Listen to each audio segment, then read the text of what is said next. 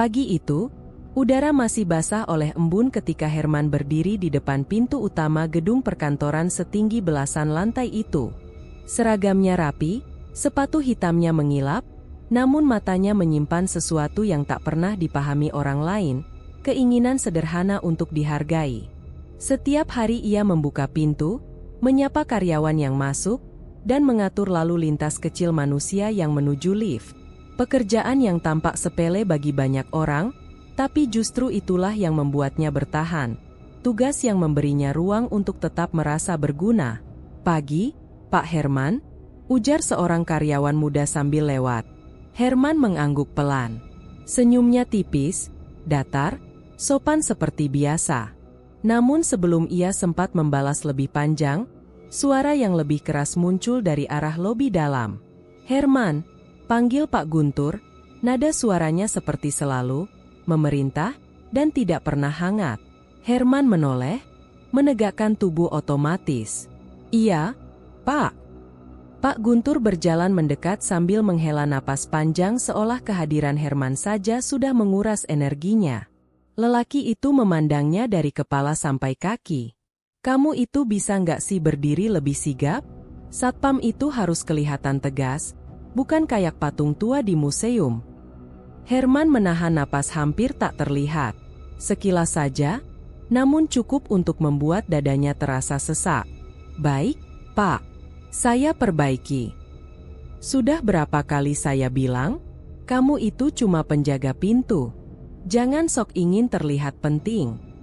Kata-kata itu menghantam lebih keras dibandingkan tendangan siapapun. Selama bertahun-tahun bekerja di gedung ini, ia sudah sering mendengarnya. Cuma penjaga pintu. Seolah seluruh hidup dan usianya yang sudah 45 tahun tidak punya nilai lain. Seolah keinginannya untuk naik jabatan hanyalah candaan. Pak Guntur melirik lalu menambahkan, "Satpam tua mana bisa naik jabatan? Kamu itu pajangan, Herman. Pajangan." Herman tersenyum kecil, tapi senyum itu rapuh. "Siap, Pak." "Bagus.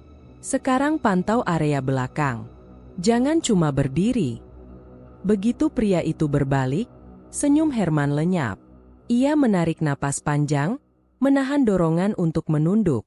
Namun ia tetap tegak, ketegasan yang dibangun bukan dari pujian, melainkan dari luka yang ditahan bertahun-tahun. Ia berjalan menuju area belakang gedung sesuai instruksi. Suara sepatu hitamnya beradu pelan dengan lantai keramik. Setiap langkah terasa berat, seolah ada sesuatu di dadanya yang menumpuk semakin tebal. Hari-hari seperti ini telah menjadi rutinitas. Bukan rutinitas kerja, tapi rutinitas menelan harga diri. Di lorong servis yang jarang dilewati karyawan, Herman berhenti sejenak. Ia memeriksa pintu darurat, memeriksa kamera CCTV kecil yang terpasang di sudut, lalu mencatat hal-hal kecil dalam buku tugasnya. Tangannya stabil, namun pikirannya tidak. "Aku cuma penjaga pintu, ya?" gumamnya lirih, memastikan tidak ada orang lain di sekitar.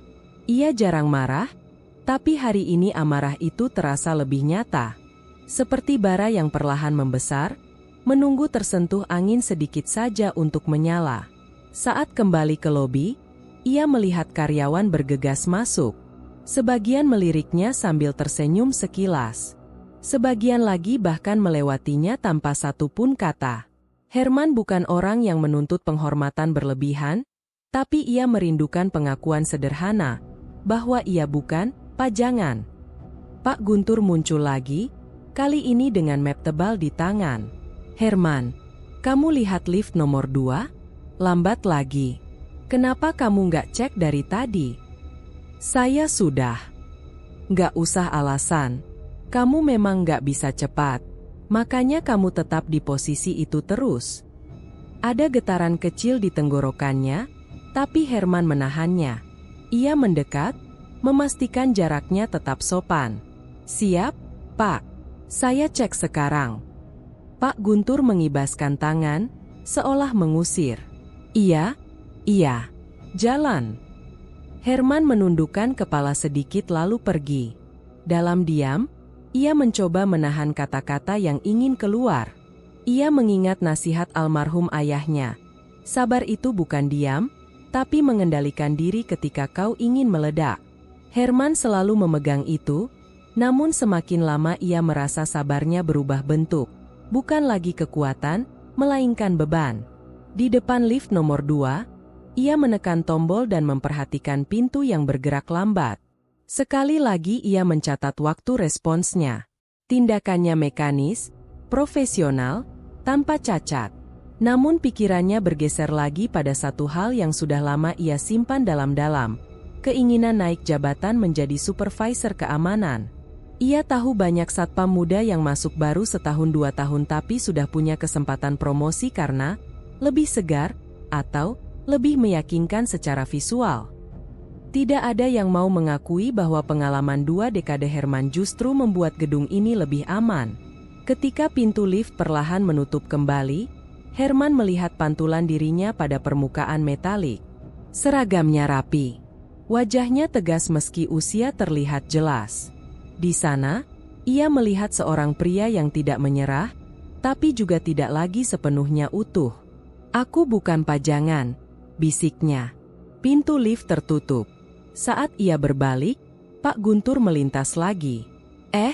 Herman, jangan lupa jadwal rapat keamanan jam 3. Ya meski kamu cuma dengar saja, bukan kasih masukan." Herman mengangguk. "Baik, Pak." Pak Guntur pergi tanpa menunggu jawaban lebih panjang. Herman tetap berdiri di sana, menatap lantai yang dingin. Ada sesuatu yang berubah hari itu. Bukan hal besar, bukan pemberontakan tiba-tiba, tapi sebuah garis tipis mulai terbentuk di dalam dirinya. Garis antara kesabaran dan perlawanan. Ia tidak tahu akan menuju kemana garis ini, tapi ia bisa merasakannya. Ia semakin dekat pada batas. Dan ketika batas itu dilewati, sesuatu dalam dirinya mungkin tidak akan kembali seperti semula. Herman menarik napas pelan, mengembalikan ekspresi wajahnya menjadi netral. Hari belum selesai. Banyak orang masuk, banyak pintu harus dijaga, banyak tatapan meremehkan akan datang lagi.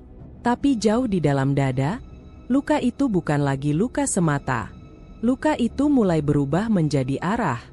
Arah yang kelak membawanya menuju lantai 13. Meski ia sama sekali belum tahu apa yang menunggunya di sana. Lampu-lampu koridor mulai meredup ketika jam mendekati tengah malam. Herman masih duduk di ruang keamanan, memandangi layar-layar CCTV yang menampilkan setiap sudut gedung. Suasana terasa berbeda malam itu. Bukan hanya sepi, tetapi sepi yang seperti menyembunyikan sesuatu. Ia belum bisa benar-benar menghalau panas di dadanya setelah perlakuan pagi tadi. Kalimat Pak Guntur masih terngiang, membuat hawa geram itu bertahan hingga kini. Herman menegakkan tubuhnya dan menarik napas panjang. Ia ingin memusatkan perhatian pada pekerjaannya, tetapi ketegangan belum pergi. Ia memindai layar satu persatu. Lantai 1 aman, lobi aman, area parkir sepi. Lantai 7 menunjukkan hanya lampu darurat. Namun ketika pandangannya sampai pada monitor lantai 13, ia menghentikan gerakan tangannya. Sebuah cahaya berkedip di lorong yang seharusnya gelap total. Herman mengerutkan dahi. "Tidak mungkin," gumamnya pelan. Lantai 13 sudah sejak lama dikunci dan tidak ada akses untuk siapapun. Ruangan di sana dipakai hanya sebagai penyimpanan barang-barang lama, itu pun sudah diputus aliran listriknya. Tapi di layar, lampu lorong seperti berusaha menyala. Meredup, terang, kemudian meredup lagi. Seakan ada seseorang yang berjalan melewatinya. Herman mencondongkan badan mendekati monitor. Gerakan samar itu bukan refleksi kamera, bukan pula gangguan sinyal. Ia terlalu sering melihat gangguan seperti itu, dan ini terasa berbeda. Cahaya di ujung lorong bergerak seperti mengikuti ritme langkah, perlahan, lalu menghilang seperti ditelan gelap. Telapak tangan Herman mulai berkeringat. Ada ketegangan yang sulit dijelaskan, seperti tubuhnya bereaksi lebih dulu sebelum pikirannya sempat memproses apapun. Ia menoleh sejenak ke ruangan sunyi di sekitarnya. Tidak ada siapa-siapa yang lembur malam itu. Semua karyawan sudah pulang sejak sore. Gedung terasa seperti dunia kecil yang dihuni oleh dirinya saja. Ketika ia kembali menatap layar, sesuatu yang lebih janggal terjadi. Kamera di lantai 13 bergoyang. Pelan, tetapi jelas sekali. Seolah ada seseorang yang menyentuhnya. Tidak, Herman berdiri. Kursinya menyentuh lantai dengan suara gesek kecil. Ia tak pernah melihat kamera manapun di gedung ini bergerak kecuali saat ada teknisi. Dan malam ini, tidak ada jadwal perbaikan apapun. Goyangan berhenti. Lampu-lampu yang tadi berkedip berubah padam semua. Lorong kembali menjadi kegelapan sempurna. Namun justru itu yang membuat Herman semakin tidak tenang. Seperti gelap itu menahan napas, menunggu. Herman memeriksa catatan shift. Betul. Hanya dia seorang yang berjaga. Ia meraih senter yang tergantung di samping meja, memeriksa baterainya, kemudian mengencangkan ikat pinggang seragamnya. Ketika ia akan menekan tombol intercom untuk memastikan pintu lantai 13 masih terkunci, layar CCTV kembali menyala. Kali ini, bukan hanya cahaya. Ada bayangan. Herman terpaku. Bayangan itu berdiri tepat di tengah lorong. Tidak bergerak, tidak mendekat, hanya berdiri, seperti sosok yang menunggu seseorang menatap balik. Ia merasakan bulu tengkuknya berdiri. Perasaannya bercampur, antara ketakutan dan dorongan aneh untuk memastikan apa yang sebenarnya terjadi. Ia sudah bekerja belasan tahun sebagai satpam, dan meski merasa sering diremehkan, ia bangga ketika bisa menjaga gedung ini dengan benar. Itu satu-satunya hal yang membuatnya merasa berarti. Dan sekarang, seakan ada sesuatu yang menantangnya. Herman meraih kunci master dari laci kecil dan memasukkannya ke dalam saku. Langkahnya terasa berat ketika keluar dari ruang keamanan, menutup pintu, dan mulai berjalan menuju lift. Setiap suara kecil terdengar lebih tajam dari biasanya. Dentingan mesin pendingin ruangan, bunyi jauh dari pipa air, hingga langkah kakinya sendiri yang terdengar seperti gema panjang di lorong kosong. Ia menekan tombol lift. Pintu terbuka dengan suara mekanis yang berlarut. Lampu di dalam lift agak redup, membuat interior logamnya terlihat pucat. Begitu pintu tertutup, ia memencet tombol menuju lantai 12. Tombol lantai 13 tidak aktif, tidak boleh digunakan. Tetapi ia tahu tangga darurat bisa mengantarnya ke pintu yang terkunci itu. Lift bergerak naik dengan getaran halus. Herman berdiri tegap, menjaga napasnya agar tetap stabil. Suasana di dalam lift seperti ruang kecil tanpa udara. Jarum jam di pergelangannya menunjukkan pukul 23.48. Ketika pintu lift terbuka, hawa dingin langsung menyergap. Lantai 12 tampak lebih redup dari biasanya. Herman menyalakan senter dan bergerak maju. Tangga darurat berada di sisi kanan lorong. Setiap langkah terdengar menabrak dinding, menimbulkan gema panjang. Saat ia mendekati pintu besi menuju tangga, senter berkedip 2 kali. Herman menahan napas. "Jangan mati sekarang," bisiknya. Senter itu stabil kembali. Ia membuka pintu tangga darurat, lalu naik 1 lantai. Setiap anak tangga seperti terasa lebih tinggi daripada biasanya. Begitu ia sampai di depan pintu bertanda angka 13, ia berhenti sejenak. Pintu itu tertutup, tetapi gagangnya dingin seperti logam yang sudah lama tidak disentuh siapapun. Namun ada hal yang lebih membuatnya merinding. Cahaya tipis merembes dari celah bawah pintu. Cahaya yang seharusnya tidak ada. Herman menggenggam senter lebih erat. Dadanya terasa menghentak, bukan karena takut saja, tetapi karena rasa ingin tahunya semakin kuat. Ada hal yang perlu ia lihat. Ada sesuatu yang memanggilnya, tanpa suara, tapi jelas terasa. Ia mengeluarkan kunci master. Tangan kirinya sedikit bergetar ketika memasukkannya ke lubang kunci. Begitu terdengar bunyi klik halus, Herman menelan ludah. Pintu lantai 13 terbuka perlahan. Dan lorong gelap itu menunggu, seperti rahang besar yang siap menerima siapapun yang berani masuk. Lorong lantai 13 menyambutnya dengan keheningan yang tidak wajar, seperti udara di dalamnya menolak bergerak. Cahaya tipis yang tadi merembes dari celah pintu ternyata berasal dari satu lampu tua di ujung lorong yang berkedip pelan, seolah napas terakhir bangunan tua yang tersisa. Herman berdiri sejenak, memastikan pintu di belakangnya tertutup rapat. Senter di tangannya menjadi satu-satunya cahaya stabil yang ia percayai. Ia melangkah maju, perlahan, hati-hati, menjaga setiap suara agar tidak menggema terlalu lama. Lantai di bawah sepatu kerjanya terasa dingin, lebih dingin dibanding lantai manapun di gedung itu. Aroma debu tua bercampur bau besi berkarat memenuhi udara. Herman menyorot setiap sisi lorong dengan senter. Banyak pintu ruangan arsip berjajar di kiri kanan, sebagian tertutup rapat, sebagian terbuka setengah seperti pernah digunakan tapi kemudian dilupakan. Namun sesuatu di dalam dirinya sudah tahu kemana ia harus pergi. Ada ruangan paling ujung dengan pintu yang sedikit terbuka, celahnya menghadap padanya, seperti undangan. Ia mendekat. Semakin dekat, semakin kuat perasaan bahwa ruangan itu bukan sekadar tempat untuk menyimpan benda lama. Ada sesuatu yang memanggilnya masuk, sesuatu yang tenang tetapi menyimpan ancaman yang tidak tampak. Herman menahan napas ketika mendorong pintunya. Ruangan arsip itu lebih luas dari perkiraannya. Rak-rak logam berbaris dari dinding ke dinding, sarat folder, kotak, dan tumpukan barang yang dibungkus kain lusuh. Namun perhatian Herman langsung terpaku pada satu benda di tengah ruangan. Kursi roda. Besi tuanya terlihat kusam. Permukaannya berkarat, seolah pernah dipakai mengetuk lantai berkali-kali. Roda depannya sedikit miring, tetapi cukup untuk bergerak jika ada yang mendorongnya. Kursi itu tidak seharusnya berada di gedung perkantoran modern seperti ini. Tidak ada alasan masuk akal mengapa benda medikal setua itu berada di ruangan arsip. Herman merasakan tengkuknya mendingin. Ia mengangkat senter sedikit lebih tinggi. Sorotnya mengenai tumpukan buku di atas meja pendek tepat di belakang kursi roda. Salah satu buku paling atas terbalik, halaman depannya terbuka menghadap ke arah Herman, seolah menunggu seseorang membaca. Herman mendekat, langkahnya terasa berat.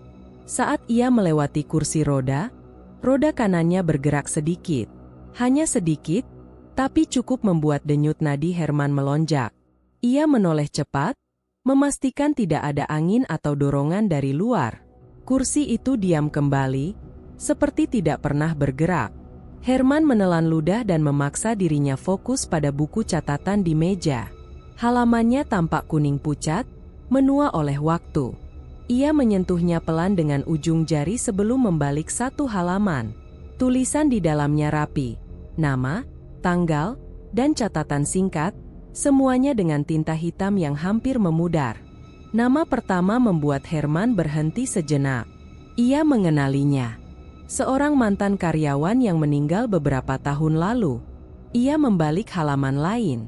Nama kedua, ketiga, kelima, semua ia kenal. Semua karyawan gedung ini. Semua sudah tiada.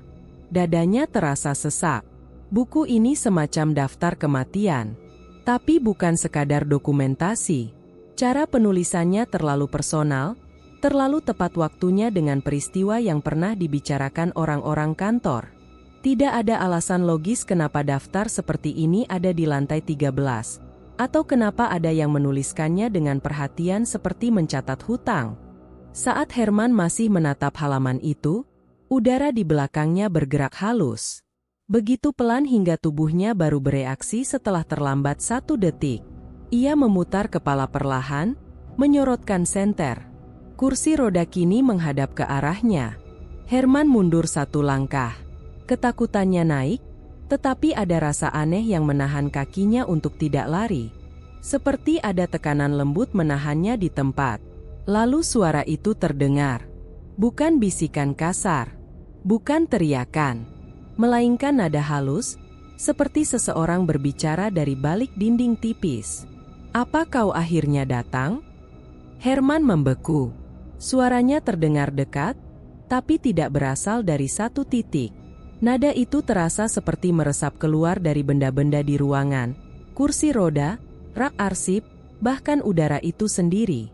Seseorang sepertimu pasti mengerti, lanjut suara itu. Tenang, tapi setiap katanya seperti menggores kulit dari dalam. Herman berusaha mencari sumber suara. Siapa? Suaranya serak, hampir terputus. Kau tidak perlu takut, bisik itu. Aku hanya ingin dijaga. Sama seperti kau ingin dijaga oleh seseorang. Herman memijat tengkuknya yang berkeringat dingin. Kata-kata itu menyentuh titik paling lemah dalam dirinya.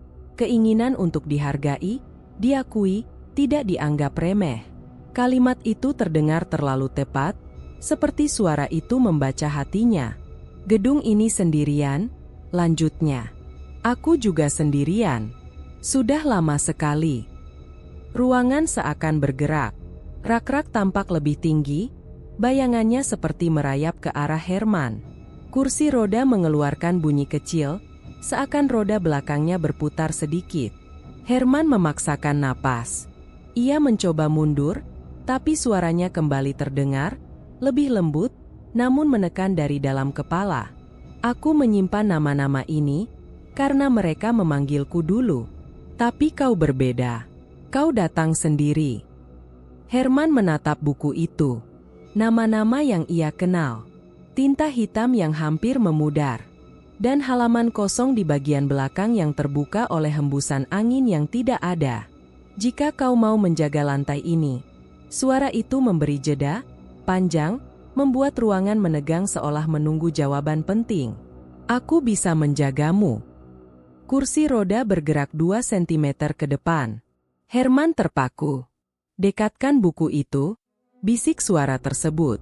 Aku ingin menunjukkan hadiah pertama. Udara di ruangan menurun suhunya, seperti lantai 13 menahan napas menunggu keputusan Herman. Dan tanpa sadar, tangannya sudah bergerak. Herman berdiri kaku, memegang buku terbuka di tangannya. Hembusan dingin yang tidak berasal dari ventilasi merayap dari belakang leher hingga punggung bawahnya. Halaman terakhir buku yang kosong bergerak perlahan, seolah ada tangan tak kasat mata yang menyentuhnya dari bawah. Suara halus itu kembali terdengar, kali ini lebih dekat, seakan bibir tak terlihat menempel di telinganya. Bacalah, bisik suara itu, lembut namun mengandung tekanan yang mengunci tubuh Herman. Herman menelan ludah. Apa yang kau inginkan? Senter di tangannya bergeser sedikit, sinarnya berputar dan menyapu kursi roda yang kini tetap menghadap ke arahnya. Diam tetapi memerhatikan seperti makhluk bernyawa yang mempelajari ekspresi Herman. Suara itu menjawab tanpa jeda. Yang kuinginkan sederhana. Dan yang kau inginkan juga sederhana. Herman menggeleng, meski ia sendiri tidak yakin pada penolakannya. Aku tidak tahu maksudmu. Oh, kau tahu. Suara itu menimpali, ringan namun mengiris.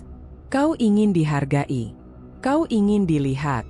Kau ingin mereka yang meremehkanmu berhenti menginjak harga dirimu. Kau ingin naik jabatan tanpa harus meminta-minta.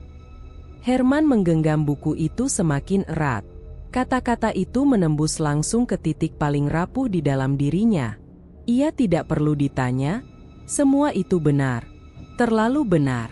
Aku bisa memberimu semua itu, ucap suara tersebut. Herman mengangkat wajahnya, mencoba mencari dari mana sumbernya berasal. Tetapi tidak ada apapun selain rak-rak arsip, kursi roda yang dingin, dan ruangan yang seperti menahan napas. Caranya?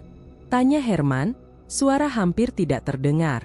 Aku sudah lama menjaga gedung ini, jawab suara itu. Lebih lama dari manusia manapun. Lebih lama dari catatan, lebih lama dari bangunan pertamanya runtuh.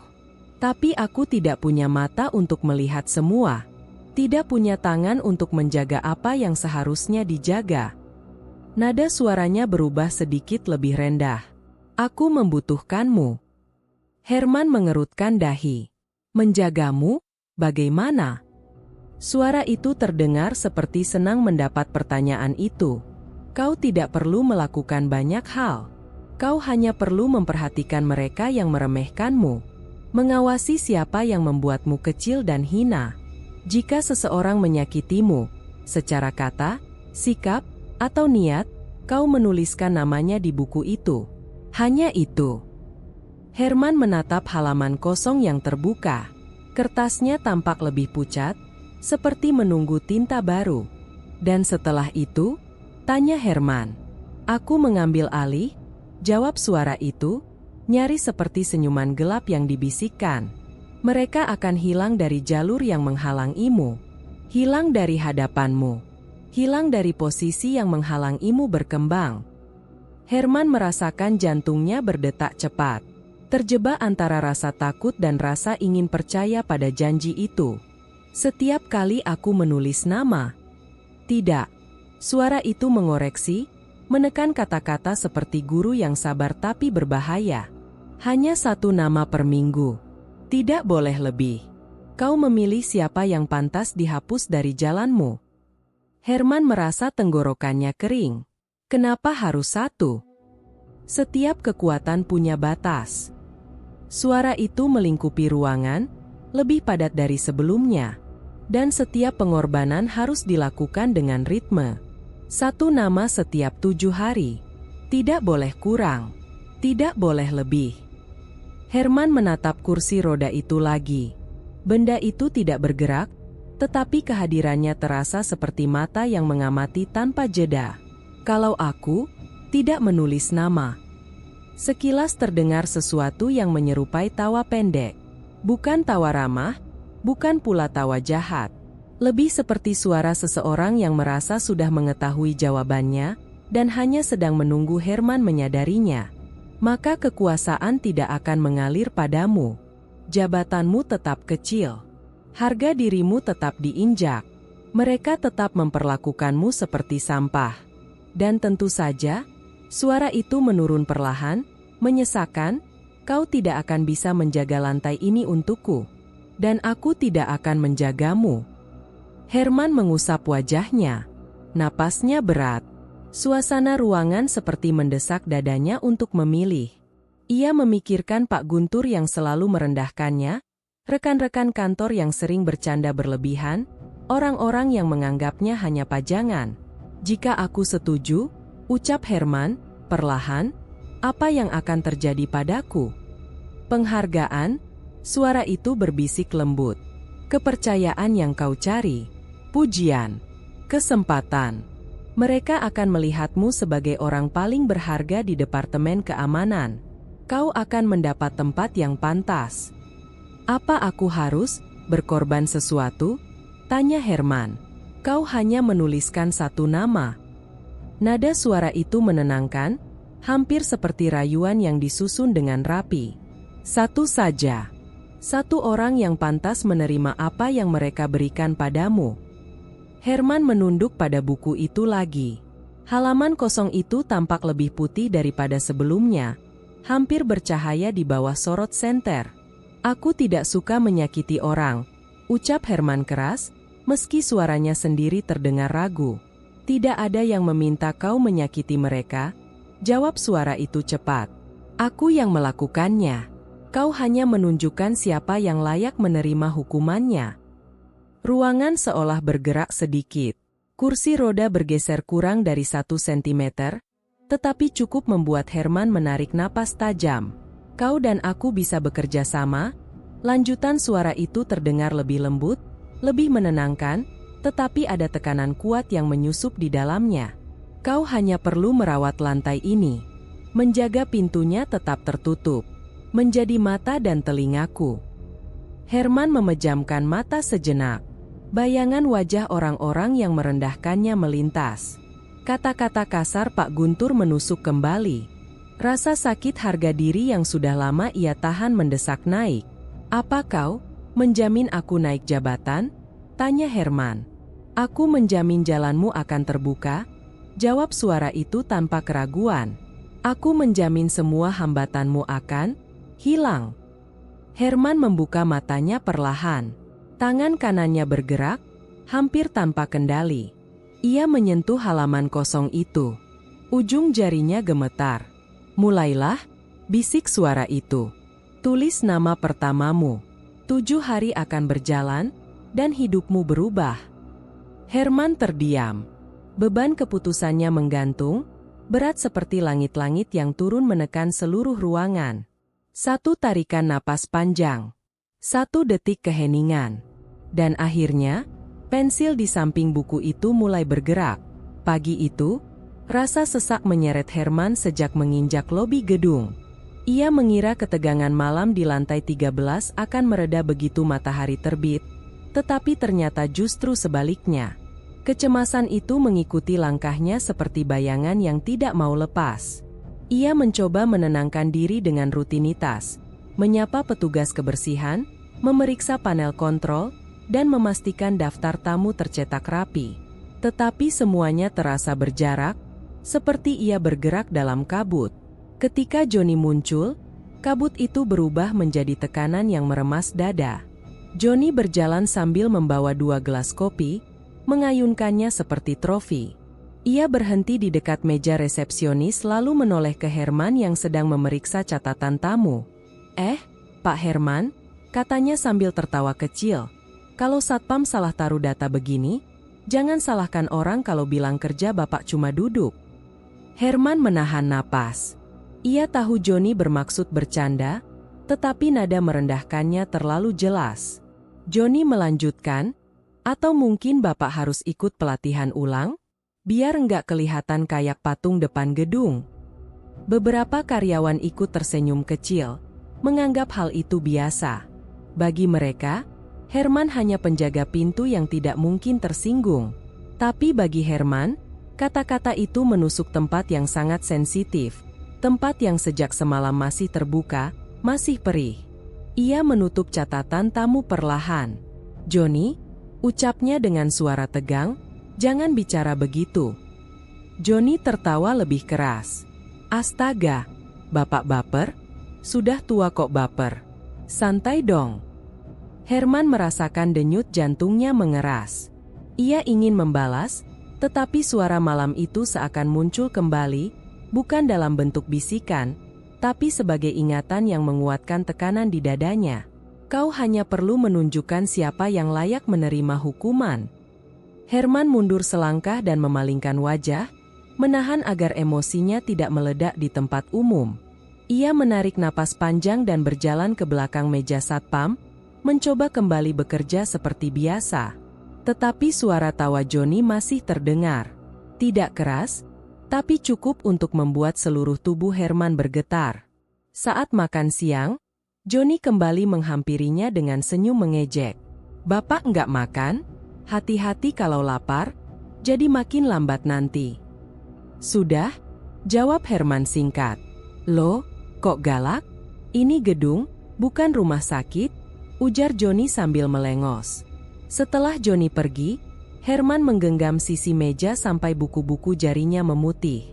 Sore hari, hinaan ketiga datang, 1 kalimat pendek, dilemparkan sambil lewat, tapi lebih menusuk dari sebelumnya. Pak Herman, coba kerja agak cepat. Jangan bikin gedung kelihatan punya satpam pemalas. Itu menjadi pemicu terakhir. Herman menjauh dari kerumunan dan berjalan menuju ruang panel keamanan yang sepi. Pintu ditutup rapat, suasananya gelap. Hanya lampu kecil yang menerangi meja kontrol. Di ruangan itu, ia berdiri lama tanpa bergerak. Napasnya berat, seolah dadanya terjepit tangan tak kasat mata. Suara tawa Johnny berulang di kepalanya, berkali-kali, hingga semua kata terdengar seperti serangan yang teratur dan sengaja. Ia memijit pelipisnya. Tidak, aku tidak boleh begini, gumamnya. Ini tidak benar. Tapi bayangan lantai 13 muncul. Udara dingin. Buku kosong. Janji suara itu yang terpatri langsung ke dalam luka harga dirinya. Kau dan aku bisa bekerja sama. Herman menutup matanya. Ia tahu dirinya sedang berada di persimpangan yang tidak mungkin kembali. Tetapi kemarahan yang ia tahan bertahun-tahun, rasa dipandang rendah, rasa tak berarti, semuanya menumpuk sampai ia tidak lagi mampu menahannya. Ia memutuskan pulang lebih awal malam itu. Tidak pamit. Tidak bicara apa-apa. Hanya membawa rasa panas yang terus mendidih di dalam dada. Saat sampai di rumah, ia tidak langsung masuk. Ia duduk lama di kursi teras, menatap kosong ke arah gelap halaman. Angin malam berembus lambat, tetapi tidak cukup untuk meredakan gelombang batin yang sudah menuntut jawaban. Setelah hampir 2 jam, akhirnya ia berdiri. Ia tahu kemana ia harus pergi. Lantai 13 sunyi seperti malam sebelumnya, tetapi malam ini terasa berbeda. Lebih gelap, lebih padat, seperti ruangan itu mengetahui apa yang akan ia lakukan. Herman berjalan ke ruangan arsip tanpa ragu. Lampu yang berkedip di ujung lorong tidak lagi menakutkan. Kini terasa seperti lampu yang menuntun. Pintu ruangan itu mengeluarkan suara pelan saat dibuka. Kursi roda di tengah ruangan masih berada di tempatnya, tetapi posisi rodanya sedikit berubah. Kali ini, kursi itu miring ke arah meja, seolah bersiap menyaksikan sesuatu penting. Herman menghampiri meja tersebut dengan langkah berat. Ia membuka buku itu. Halaman kosong yang sama menantinya, bersih, putih, dan terlalu tenang. Pensil berada di samping buku, seolah sudah disiapkan. Herman menyentuh ujung pensil itu. Tangannya gemetar. "Ini gila," bisiknya. Ruangan tidak menjawab dengan suara, tetapi atmosfernya mendorongnya maju. Udara dingin menyentuh sisi wajahnya, lembut namun memaksa. Ia memikirkan Johnny. Kata-katanya, tawanya, rasa malu yang menempel sampai ke tulang. Herman mengambil napas panjang. Dengan tangan yang bergetar namun tekad yang mengeras di dalam dadanya, ia menuliskan satu nama, Johnny. Begitu huruf terakhir selesai, kursi roda bergerak. Roda depannya berputar pelan, hanya sekali, tapi cukup untuk membuat ruangan terasa berubah arah.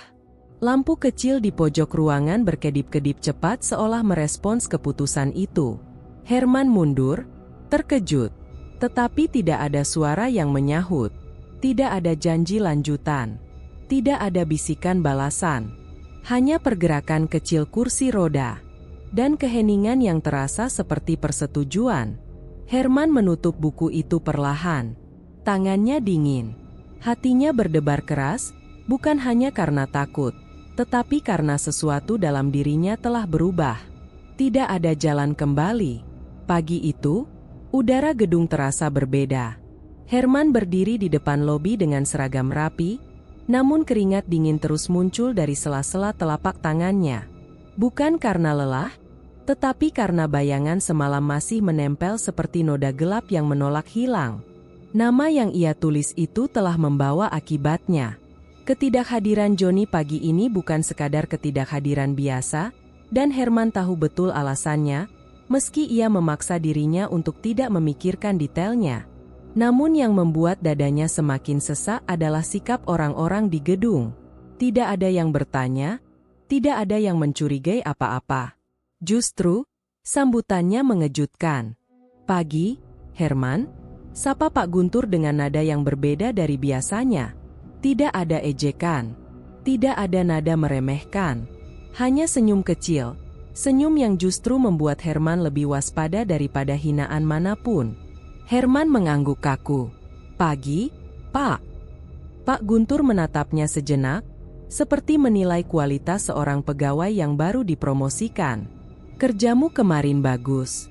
Pengawasan malam rapi. Ada laporan kecil yang kamu bereskan, ya?" Herman mengangguk lagi, menahan getaran di tenggorokannya. Ia tidak melakukan apa-apa selain menulis sebuah nama, tapi dunia seolah berubah memperlakukannya. "Iya, Pak. Saya hanya menjalankan tugas." "Tetap seperti itu. Disiplin." Pak Guntur menepuk pundaknya sebelum pergi. Tepukan itu ringan, tapi meninggalkan sensasi dingin yang merayapi lengan Herman. Baru semalam ia dilecehkan, direndahkan di depan karyawan lain. Hari ini, kata-kata itu sirna begitu saja, digantikan pujian, seakan manusia bisa berubah semudah menekan tombol lampu. Herman kembali ke posnya, namun pikirannya tidak tenang. Kursi roda itu muncul dalam benaknya. Bunyi gesekan roda di lantai arsip seolah ingin memanggilnya. Ia berusaha fokus pada monitor CCTV, tapi perasaan ganjil itu terus membayangi. Suara lantai 13 mungkin tidak menampakkan diri secara jelas, namun kehadirannya berputar-putar di belakang pikirannya. Tak lama kemudian, Bu Murni dari bagian administrasi datang menuruni eskalator dan menuju meja keamanan. Biasanya ia hanya sekadar lewat, namun hari ini ia menyapa dengan lembut. "Herman, terima kasih ya kemarin. Gedung aman sekali," ujarnya sambil meletakkan dokumen di meja. Herman menahan napas.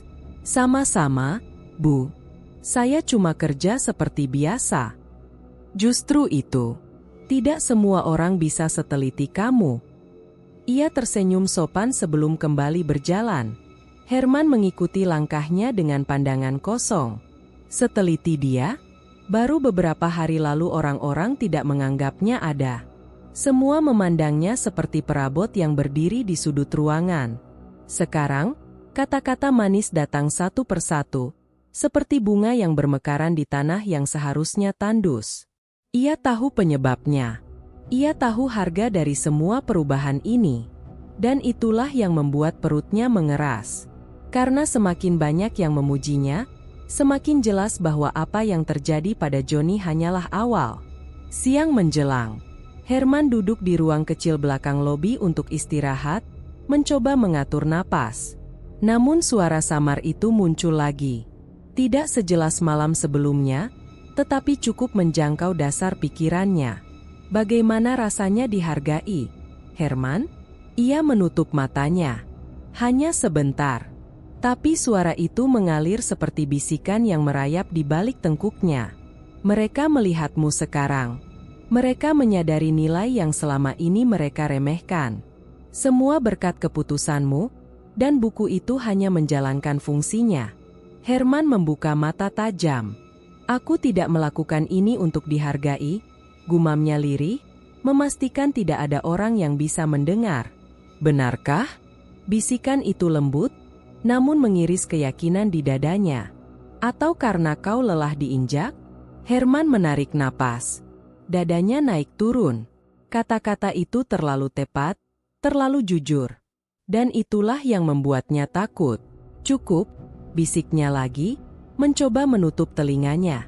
Tapi suara itu berhenti bukan karena ia memintanya, melainkan karena suara sepatu seseorang terdengar memasuki ruang istirahat. Pak Guntur masuk, memeriksa kertas absensi. "Herman."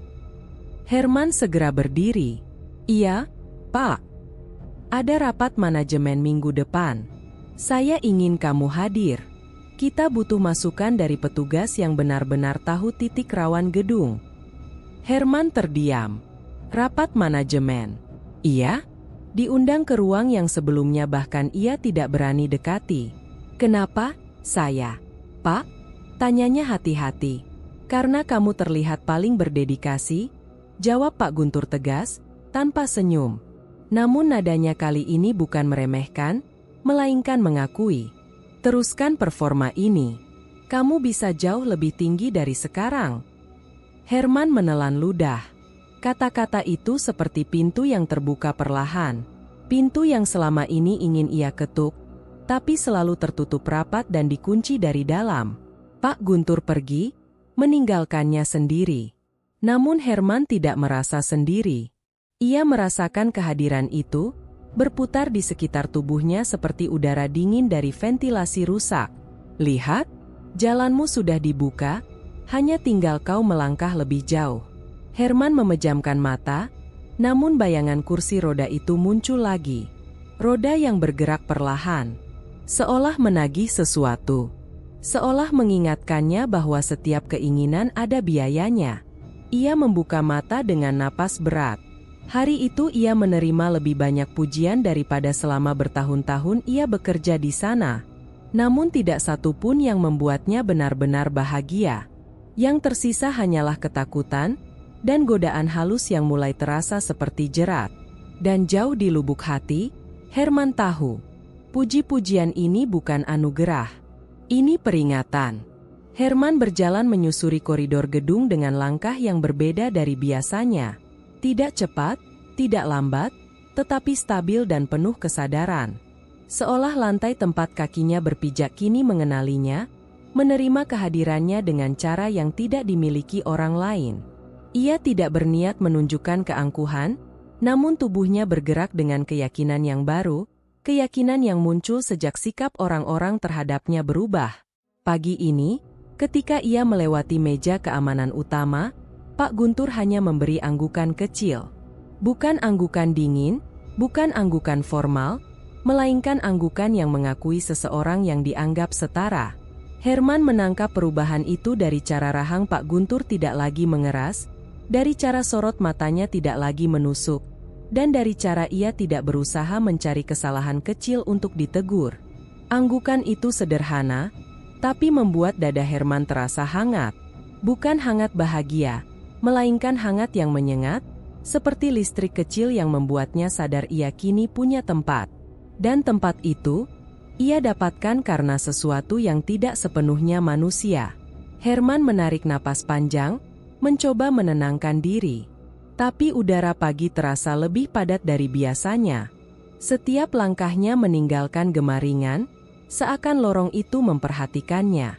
Ia tidak mengakuinya secara langsung, namun ia tahu betul kehadiran itu selalu mengikuti. Ia menuju lift untuk melakukan pengecekan rutin.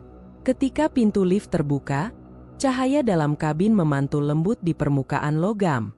Herman masuk, menekan tombol lantai tujuan, lalu memandang pantulan dirinya di kaca lift, pantulan yang selama ini tidak pernah ia perhatikan. Hari ini, ia memperhatikannya. Tubuhnya terlihat serupa, namun ada hal kecil yang berubah, matanya. Bukan bentuknya, bukan warnanya, tapi cara ia memandang dirinya sendiri. Ada ketegasan yang tidak ada sebelumnya, ada rasa percaya diri yang tumbuh tanpa harus ia katakan. Lift bergerak naik perlahan. Suara motor lift berdengung, namun di tengah dengungan itu, Herman mendengar sesuatu yang lain. Bukan suara yang jelas, melainkan getaran halus, semacam bisikan jauh yang seolah berasal dari lantai yang tidak terdaftar di panel lift. Ia menegang sejenak. Refleks ia menatap kaca lagi, mencoba memastikan apakah ada perubahan lain. Pantulan dirinya tampak normal. Tetapi tepat di belakangnya, ada bayangan samar, hanya bentuk seperti kabut tipis, berdiri diam. Herman memutar tubuh. Tidak ada siapa-siapa. Ketika ia kembali memandang kaca, bayangan itu memudar perlahan, seakan tertelan cahaya. Ia menarik napas pelan. Kejadian itu seharusnya membuatnya takut. Namun alih-alih takut, Herman justru merasakan sesuatu yang lain, dorongan. Sebuah sensasi aneh bahwa bayangan itu bukan ancaman, melainkan pengingat bahwa ia tidak berjalan sendirian. Lift berhenti. Pintu terbuka. Herman melangkah keluar, menyusuri lantai yang biasanya ia lewatkan tanpa rasa. Kini, setiap sudut terasa seperti ruang yang bisa ia kendalikan. Di sepanjang perjalanan, beberapa karyawan menundukkan kepala sopan padanya. Ada yang menyapa singkat, ada yang sekadar tersenyum. Sapaannya bukan basa-basi umum. Ada ketulusan yang muncul dari rasa butuh. Mereka melihat Herman sebagai seseorang yang punya posisi. Satu hal yang tidak pernah ia dapatkan dulu. Herman menjawab sapaan itu secukupnya, tetap menjaga sikap profesional. Tapi di balik dadanya, muncul sensasi yang belum pernah ia rasakan, sesuatu yang nyaris mabuk. Ia tahu ia masih orang yang sama, seragam yang sama, tugas yang sama, namun pengaruh kecil yang mulai ia dapatkan memberi rasa yang sulit dijelaskan. Seolah dunia akhirnya memutar kepadanya, mengakui keberadaannya setelah bertahun-tahun ia dianggap angin lalu. Di dekat pantry lantai 12, Herman berhenti sejenak. Bukan tanpa alasan. Udara di sana terasa lebih dingin daripada biasanya, meski AC dalam kondisi normal. Saat ia merapikan papan pengumuman kecil di dinding, lampu atas berkedip sekali. Hanya sekejap, tapi cukup untuk menangkap sesuatu di ekor matanya. Kursi kerja di dekat meja admin bergeser sedikit, seolah ditarik oleh tangan tak kasat mata. Herman menoleh cepat. Kursi itu kembali diam, seperti tidak pernah bergerak. Namun ia tahu. Ia mengenali tanda itu.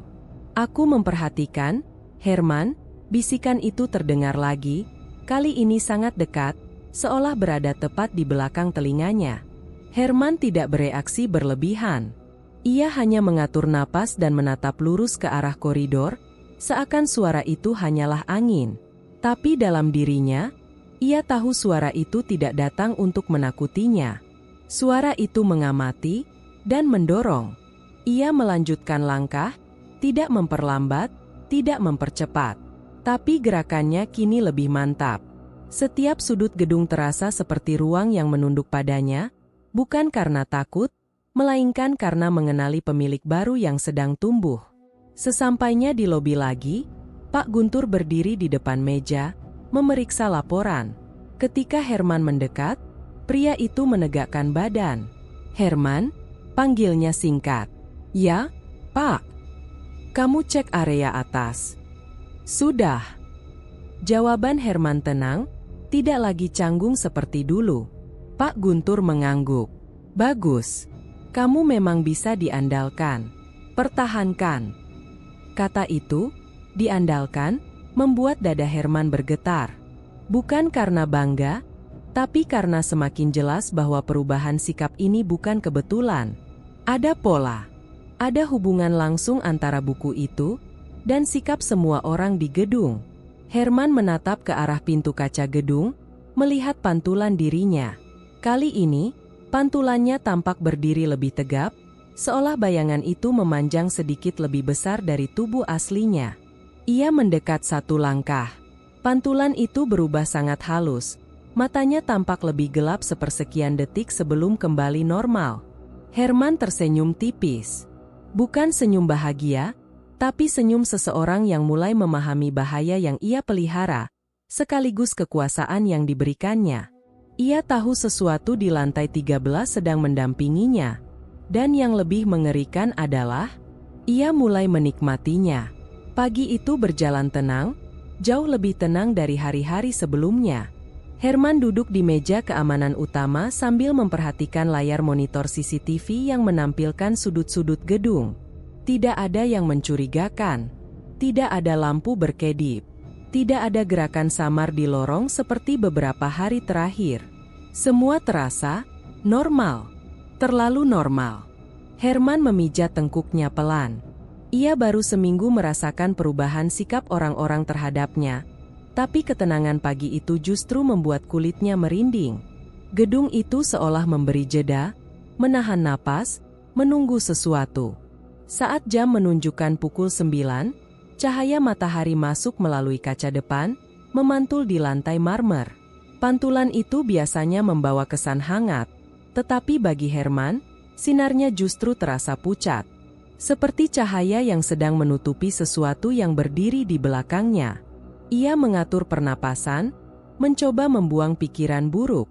Namun setiap kali ia berkedip, ada sensasi halus seperti seseorang menatap tengkuknya. Ia menoleh. Tidak ada siapa-siapa. Gedung itu tetap hening. Herman menyandarkan tubuh ke kursi, tetapi tiba-tiba seluruh suasana berubah. Cahaya yang tadi stabil mulai meredup dengan sendirinya. Tidak drastis, hanya perlahan, seakan lampu-lampu sedang menarik napas dalam. Herman merasakan jantungnya mengeras. Ia mendekatkan wajah ke layar CCTV. Kamera di lantai-lantai lain tampak normal. Namun ketika ia mengganti kamera ke lantai 12, sebuah bayangan tipis melintas cepat, terlalu cepat untuk dikenali bentuknya. Herman menelan ludah. "Jangan sekarang," gumamnya pelan. Namun ia tahu gumaman itu sia-sia. Keheningan hancur oleh suara kecil, sangat halus, yang terdengar di belakang telinganya. "Nama?" Herman menegang. Suara itu tidak datang dari ruangan, tidak dari lorong, tidak dari speaker. Suara itu datang dari tempat yang lebih dekat, tempat yang tidak punya jarak. Ia mengatupkan rahangnya. "Aku tidak mau menulis lagi." Suaranya pelan, hampir seperti ia berbicara pada dirinya sendiri. Namun ruangan merespons. Lampu-lampu di atas kepala bergetar halus, mengeluarkan dengung rendah. AC yang sebelumnya berembus stabil kini mengeluarkan hawa dingin yang menggigit kulit. "Nama? Herman? Kau belum memberi." Sebuah getaran dingin merayap dari tulang punggungnya. Ia mengusap tangannya yang tiba-tiba berkeringat dingin. Paranoia naik perlahan, bukan seperti ledakan, tetapi seperti kabut yang menyusup dari bawah pintu. "Aku sudah memenuhi bagian-bagianku," ucap Herman, tetap menatap layar monitor untuk mencari pegangan visual. "Ini cukup. Aku tidak mau lagi." Suara itu tidak marah. Justru tenang. "Tidak ada cukup, sampai aku puas." Herman merasakan udara di sekelilingnya makin menebal. Cahaya lampu melengkung sedikit, seperti ruangan berubah bentuk mengikuti napas sesuatu yang tidak terlihat. Saat ia kembali ke layar CCTV, kamera lantai 13, meski ia tidak pernah menekan tombol itu, menyala dengan sendirinya. Gambar ditampilkan. Ruang arsip lantai 13. Kursi roda tua itu berada di tengah ruangan, menghadap lurus ke kamera, seperti seseorang sedang duduk di atasnya. Namun kursinya kosong. Kosong, tapi bergerak pelan maju mundur. Tidak ada angin. Tidak ada tangan. Kursi itu bergerak seolah memanggilnya. Herman memundurkan kursi kerjanya sampai punggungnya menyentuh dinding. Napasnya tersengal. Tangannya gemetar. Setiap bulu di lengan berdiri tegak. Sensasi dingin masuk ke kepalanya, menekan dari dalam seperti tangan besar yang meremas tengkoraknya perlahan. "Nama? Herman? Nama yang kau simpan di hatimu, serahkan." Suara itu kini terdengar lebih dekat lagi, seakan berbisik tepat di dalam dadanya. Herman meremas pangkal lengan kemejanya, mencoba mengalihkan perhatian dari tekanan itu. Namun suara tersebut tidak berhenti. "Kau telah menikmati hasilnya. Kau telah merasakan hormat mereka. Itu datang dariku. Kau hanya perlu meneruskan. Satu lagi, hanya satu. Aku tidak mau menjadi pembunuh," bisik Herman, napasnya mulai patah. Aku tidak mau lagi." Suara itu tertawa pelan. Tawanya sangat tipis, seperti gesekan kuku di kaca. Tidak keras, tapi cukup untuk membuat keringat dingin merayap di pelipis Herman. "Bukan pembunuh, hanya penjaga. Menjaga agar aku tidak kelaparan." Lampu ruangan mati mendadak, meninggalkan hanya monitor CCTV yang menyala. Cahaya dari monitor membuat bayangan panjang di lantai, dan Herman melihat bayangannya sendiri gemetar. Tapi bukan itu yang membuat dadanya menyesak. Ada bayangan lain di belakangnya, sangat tipis, sangat diam, seolah seseorang tanpa bentuk sedang berdiri tepat di belakang punggungnya. Herman tidak menoleh. Tidak berani. "Nama? Berikan namanya." "Herman?" Tekanan itu bukan lagi suara, tetapi sudah menjadi denyut yang menyelubungi tubuhnya. Bahunya terasa berat, seperti ada yang menekan dari belakang. Dada terasa sesak. Tenggorokan menutup. Herman memejamkan mata, mengatur napas yang terpecah-pecah. "Aku tidak mau." Namun kalimat itu mati di tengah jalan. Sebuah gesekan halus terdengar dari meja belakangnya. Bukan gesekan kertas. Bukan gesekan kursi. Tetapi suara yang ia kenali dengan sangat jelas, halaman buku tua yang dibuka perlahan. Buku yang seharusnya berada di lantai 13. Herman membuka mata perlahan. Cahaya monitor menangkap refleksi kaca kecil di depannya. Dalam refleksi itu, di atas meja belakangnya, ada bayangan bentuk buku. Tidak jelas, tidak solid, tetapi cukup untuk membuat jantungnya melonjak. Halaman buku itu membuka sendiri. Perlahan. Satu halaman kosong terbuka lebar. "Berikan nama, atau aku mengambil sendiri." Herman menutup wajah dengan kedua tangannya. Napasnya pecah. Ia tahu apa yang sedang terjadi. Dan ia tahu suara itu tidak sedang memohon. Suara itu menuntut. Tekanan itu semakin kuat. Ruangan semakin dingin. Paranoia semakin menggigit. Suara itu terus berbisik. "Nama? Sekarang, sebelum aku memilih sendiri." Sejak pagi, suasana kantor terasa ganjil. Gedung yang biasanya hidup dengan ritme rutinitas kini bergetar halus seolah memendam sesuatu. AC mendengung lebih keras, lampu-lampu menyala dengan warna yang sedikit pucat, dan lorong-lorong memantulkan gema langkah kaki yang terdengar lebih panjang dari biasanya.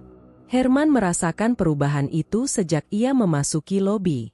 Ia berusaha menghapus tatapan gelisah dari wajahnya, tetapi bayangan dari kejadian kemarin, bayangan buku yang membuka sendiri, suara lembut namun mengerikan yang menuntut nama baru, masih menggantung di belakang kepalanya, seakan berada tepat di ambang pendengarannya.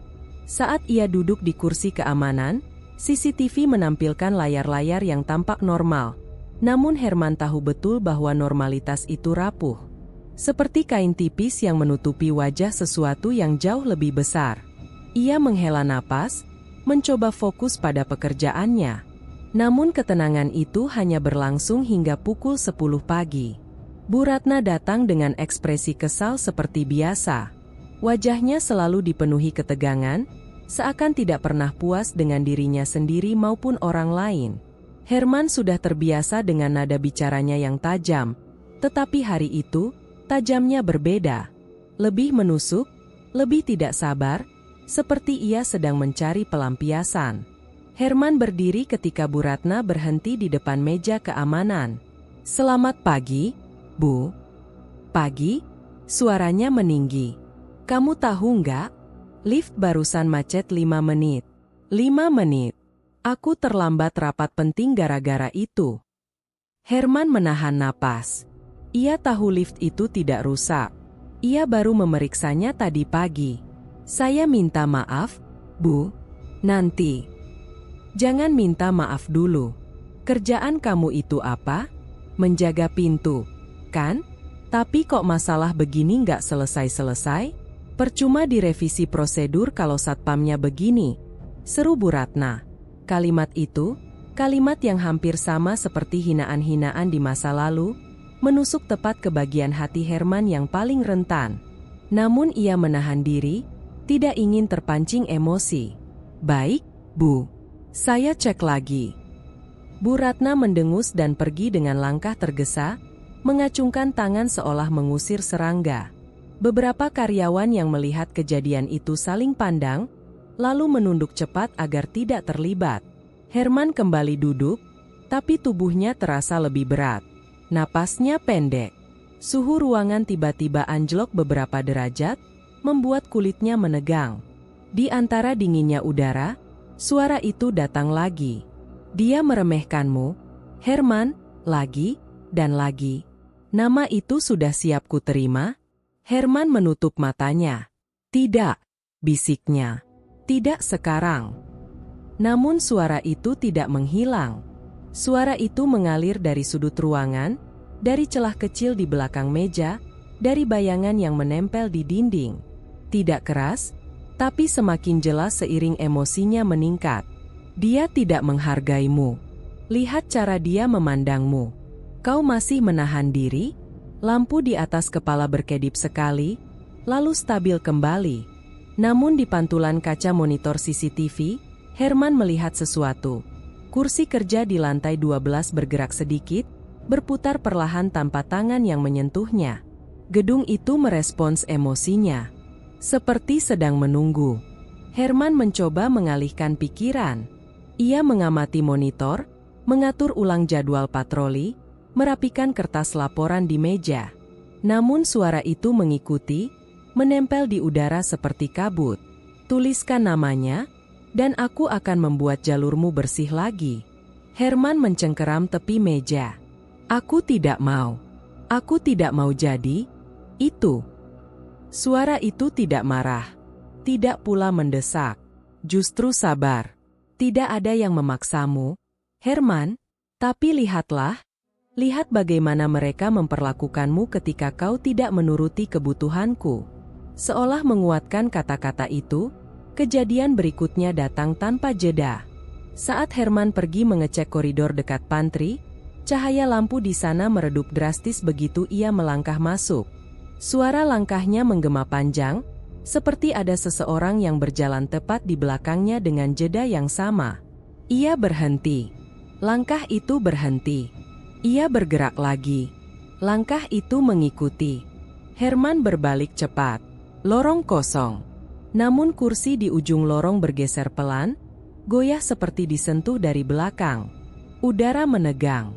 Bau dingin, sedingin besi basah, merayap menutupi kulit. Gedung itu tidak hanya hidup.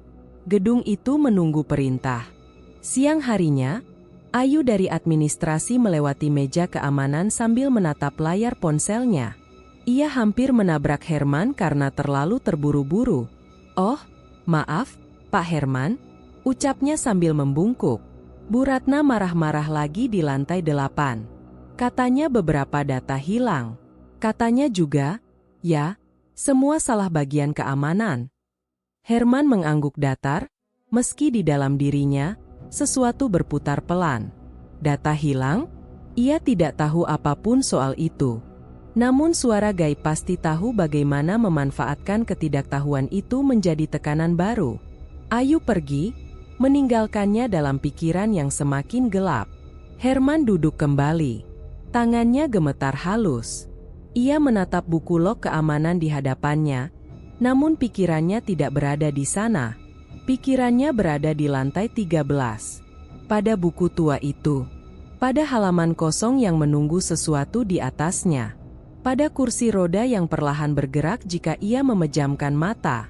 Pada suara yang terus berbisik tanpa henti. Nama, hanya itu yang kubutuhkan, nama, Herman. Dan meski ia menolak, meski ia mencoba mempertahankan rasionalitas, kemarahan dari penghinaan barusan terus menggerogoti pertahanannya. Peristiwa Bu Ratna menumpuk di atas tekanan sebelumnya, membuat dadanya terasa seperti diremas oleh tangan tak terlihat. Herman memejamkan mata erat-erat. Ia ingin angkat kaki dari gedung itu. Ingin berhenti. Ingin kembali menjadi orang biasa yang tidak diburu suara dari gelap. Tapi saat ia membuka mata, sesuatu terjadi. Monitor CCTV untuk lantai 13 menyala sendiri. Ruang arsip gelap terlihat di layar. Kursi roda tua itu bergerak sedikit ke kiri. Lalu berhenti. Lalu bergerak lagi, kali ini mengarah ke meja tempat buku itu berada. Halaman buku terangkat pelan seperti disapu angin, lalu terbuka. Halaman kosong menanti. Herman menelan ludah. Hatinya memberontak, tetapi tubuhnya bergerak sendiri. Ia berdiri. Kakinya melangkah ke belakang meja, ke laci terkunci yang selama ini berisi benda yang seharusnya tidak berada di sini. Ia membuka laci itu. Kertas tipis berwarna kekuningan berada di dalamnya. Kertas yang hanya muncul jika ia memerlukan sesuatu untuk ditulis. Kertas yang tidak normal. Kertas yang memanggil. Herman menggenggam pensil. Tangan kirinya gemetar, tetapi tangan kanannya bergerak dengan kepastian yang menyedihkan. Dan akhirnya, garis huruf pertama terbentuk, disusul huruf kedua, lalu ketiga. RATNA. Begitu nama itu selesai, ruangan seakan menarik napas lega. Lampu berhenti berkedip. Udara menghangat. Getaran halus di lantai mereda. Herman memejamkan mata, menutup mulut dengan tangan. Rasa bersalah langsung menghantamnya. Namun jauh di kedalaman gedung, suara itu berbisik puas. "Sangat baik, Herman, sangat baik." Kabar promosi itu sampai pada pagi yang mestinya biasa saja. Herman belum sempat duduk ketika dua manajer melewatinya dan menepuk bahunya dengan senyum yang berlebihan. Senyum yang tidak pernah ia terima sebelumnya, bahkan saat ia bekerja lebih dari jam kerjanya. Sebuah ucapan singkat melayang di udara kantor yang dingin. "Selamat, Herman. Kerja bagus." Ia mengangguk kecil, seolah semuanya normal. Namun kulit tengkuknya merinding. Ada sesuatu yang tidak wajar dari cara mereka menyapanya. Terlalu ramah. Terlalu mudah. Terlalu cepat setelah hari-hari yang seharusnya penuh tanda tanya. Herman berjalan menuju mejanya. Setiap langkah terasa ringan, tapi bukan karena kebahagiaan. Ia merasakan semacam dorongan asing, semacam dorongan yang mengikuti dari belakang, seperti hembusan napas yang bukan milik siapapun. Ketika ia menaruh tas, Monitor komputer di hadapannya berkedip sejenak, menampilkan pantulan samar kursi roda dari lantai 13. Herman menahan napas. Pantulan itu seharusnya tidak ada di sana. Ia memalingkan wajah, berusaha kembali bekerja. Namun punggungnya tegang, matanya sulit fokus pada layar. Siang hari, pujian datang bertubi-tubi. Semua orang tampak ingin dekat dengannya, seolah lupa bahwa kemarin mereka bahkan jarang memperhatikannya. Rekan-rekan kantor yang dulu bersikap dingin kini menyapanya hangat, menanyakan pekerjaannya, bahkan memuji kerapian arsip yang ia pegang. Herman mencoba membalas dengan senyum tipis, meski dalam hati ia terus bertanya, mengapa mereka berubah begitu cepat? Tidak ada penjelasan logis. Dan setiap kali seseorang menyapa, ia merasakan sesuatu bergetar pelan di ruang bawah sadar, seperti sentuhan kursi roda tua yang bergerak sendiri, seperti suara yang pernah berbisik di lantai 13 sedang mengawasinya dari balik lampu kantor. Lampu di lantai 3 tempatnya bekerja mulai berdenyut perlahan saat sore menjelang. Cahaya putih berubah ke kuningan, kemudian kembali pucat. Rekan-rekannya tidak bereaksi, seolah lampu yang hampir mati adalah hal biasa. Namun Herman melihat bayangan lain yang tidak seharusnya muncul. Tepat di bawah lampu yang berkedip, ia melihat siluet kursi roda tua itu. Tidak jelas, tidak penuh. Sebatas bayangan kusut yang seolah bergeser setengah sentimeter setiap Herman berkedip. Herman mengusap wajahnya cepat. Ini cuma lelah, gumamnya lirih. Tapi tubuhnya tahu itu bukan sekadar kelelahan. Ada sesuatu yang mengintip dari balik cahaya. Di toilet kantor, Herman membasuh wajahnya. Air dingin menetes dari rambut ke dagu. Saat ia mengambil tisu, cermin di depannya memantulkan sesuatu yang membuat tubuhnya membeku. Bukan bayangannya, melainkan pantulan sebuah kursi roda di belakangnya. Kursi yang sama. Kursi dari lantai 13. Herman berputar cepat. Ruangan kosong. Tidak ada apa-apa. Ketika ia menatap cermin lagi, kursi itu sudah hilang, digantikan wajahnya sendiri yang terlihat lebih pucat dari biasanya. Mata cekung. Napas pendek. Bahunya sedikit bergetar. Suara halus menyentuh gendang telinganya. Promosi hanyalah permulaan, Herman. Ia meraba tengkuknya, dingin dan basah oleh keringat. Jangan bicara padaku, bisiknya gemetar. Suara itu tidak menjawab. Namun sensasi tekanan di dada Herman semakin kuat, seperti tangan tak terlihat menekan perlahan, mengingatkan bahwa segala peningkatan yang ia terima bukanlah hadiah. Itu adalah ikatan. Sebuah jebakan. Sore itu, ketika Herman hendak pulang, lift terbuka perlahan. Pintu baja itu memantulkan tubuhnya yang tampak kecil di tengah lorong. Ia melangkah masuk, menekan tombol lantai dasar. Namun tombol itu tidak menyala. Pelan-pelan, tanpa ia sentuh, tombol angka 13 menyala sendiri. Hilang, sudah kuakhiri, aku tidak mau lagi. Herman bergumam panik, menekan tombol lantai 1 berulang-ulang. Tapi lift tetap diam. Hanya lampu 13 yang menyala, merah dan tegas, seolah memberi tanda bahwa keputusan sudah dibuat. Lift berguncang ringan. Suara itu kembali berbisik. Keberhasilanmu dibangun dengan harga. Jangan pura-pura lupa. Herman mundur sampai punggungnya menempel pada dinding lift. Ia bisa merasakan logam dingin itu menembus ke meja kerjanya. Aku hanya ingin hidup normal, katanya, suaranya pecah. Tidak ada yang normal sejak kau menulis nama pertama.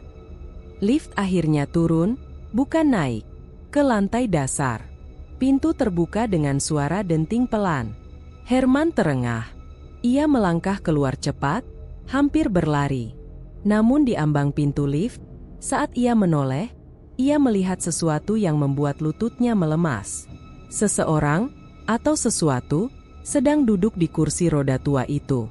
Bayangannya samar, tidak jelas. Hanya sekelebat bahu miring dan tangan kurus menggenggam sandaran kursi. Lalu pintu lift menutup perlahan. Di luar gedung, angin malam menerpa wajah Herman. Namun rasa dingin dalam dirinya tidak hilang. Pujian manajemen, perhatian rekan kerja, promosi mendadak.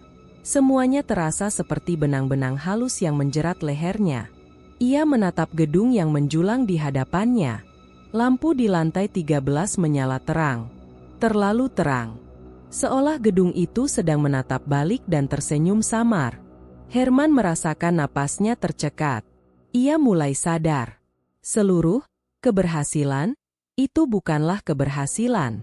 Bukan keajaiban. Bukan keberuntungan. Melainkan pembayaran. Dan setiap kenaikan jabatan hanyalah langkah kecil menuju sesuatu yang jauh lebih gelap. Sesuatu yang sudah menunggunya sejak ia menulis nama pertama. Dan kini, ia terjebak. Terjebak semakin dalam. Sejak promosi itu diumumkan, kantor terasa semakin berubah. Bukan hanya sikap orang-orang, tapi juga cara cahaya bergerak di dinding, cara bayangan jatuh ke lantai, bahkan cara udara berputar di sekitar Herman. Semuanya seolah menegang tanpa alasan. Pagi itu, Herman berjalan melewati lorong menuju meja kerjanya.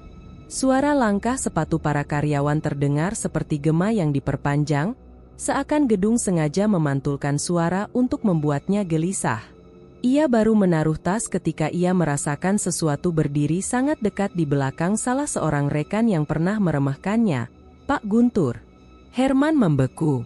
Pak Guntur sedang berbicara dengan manajer, nada suaranya ramah, seolah keburukan sikapnya di masa lalu adalah hal yang tidak pernah terjadi.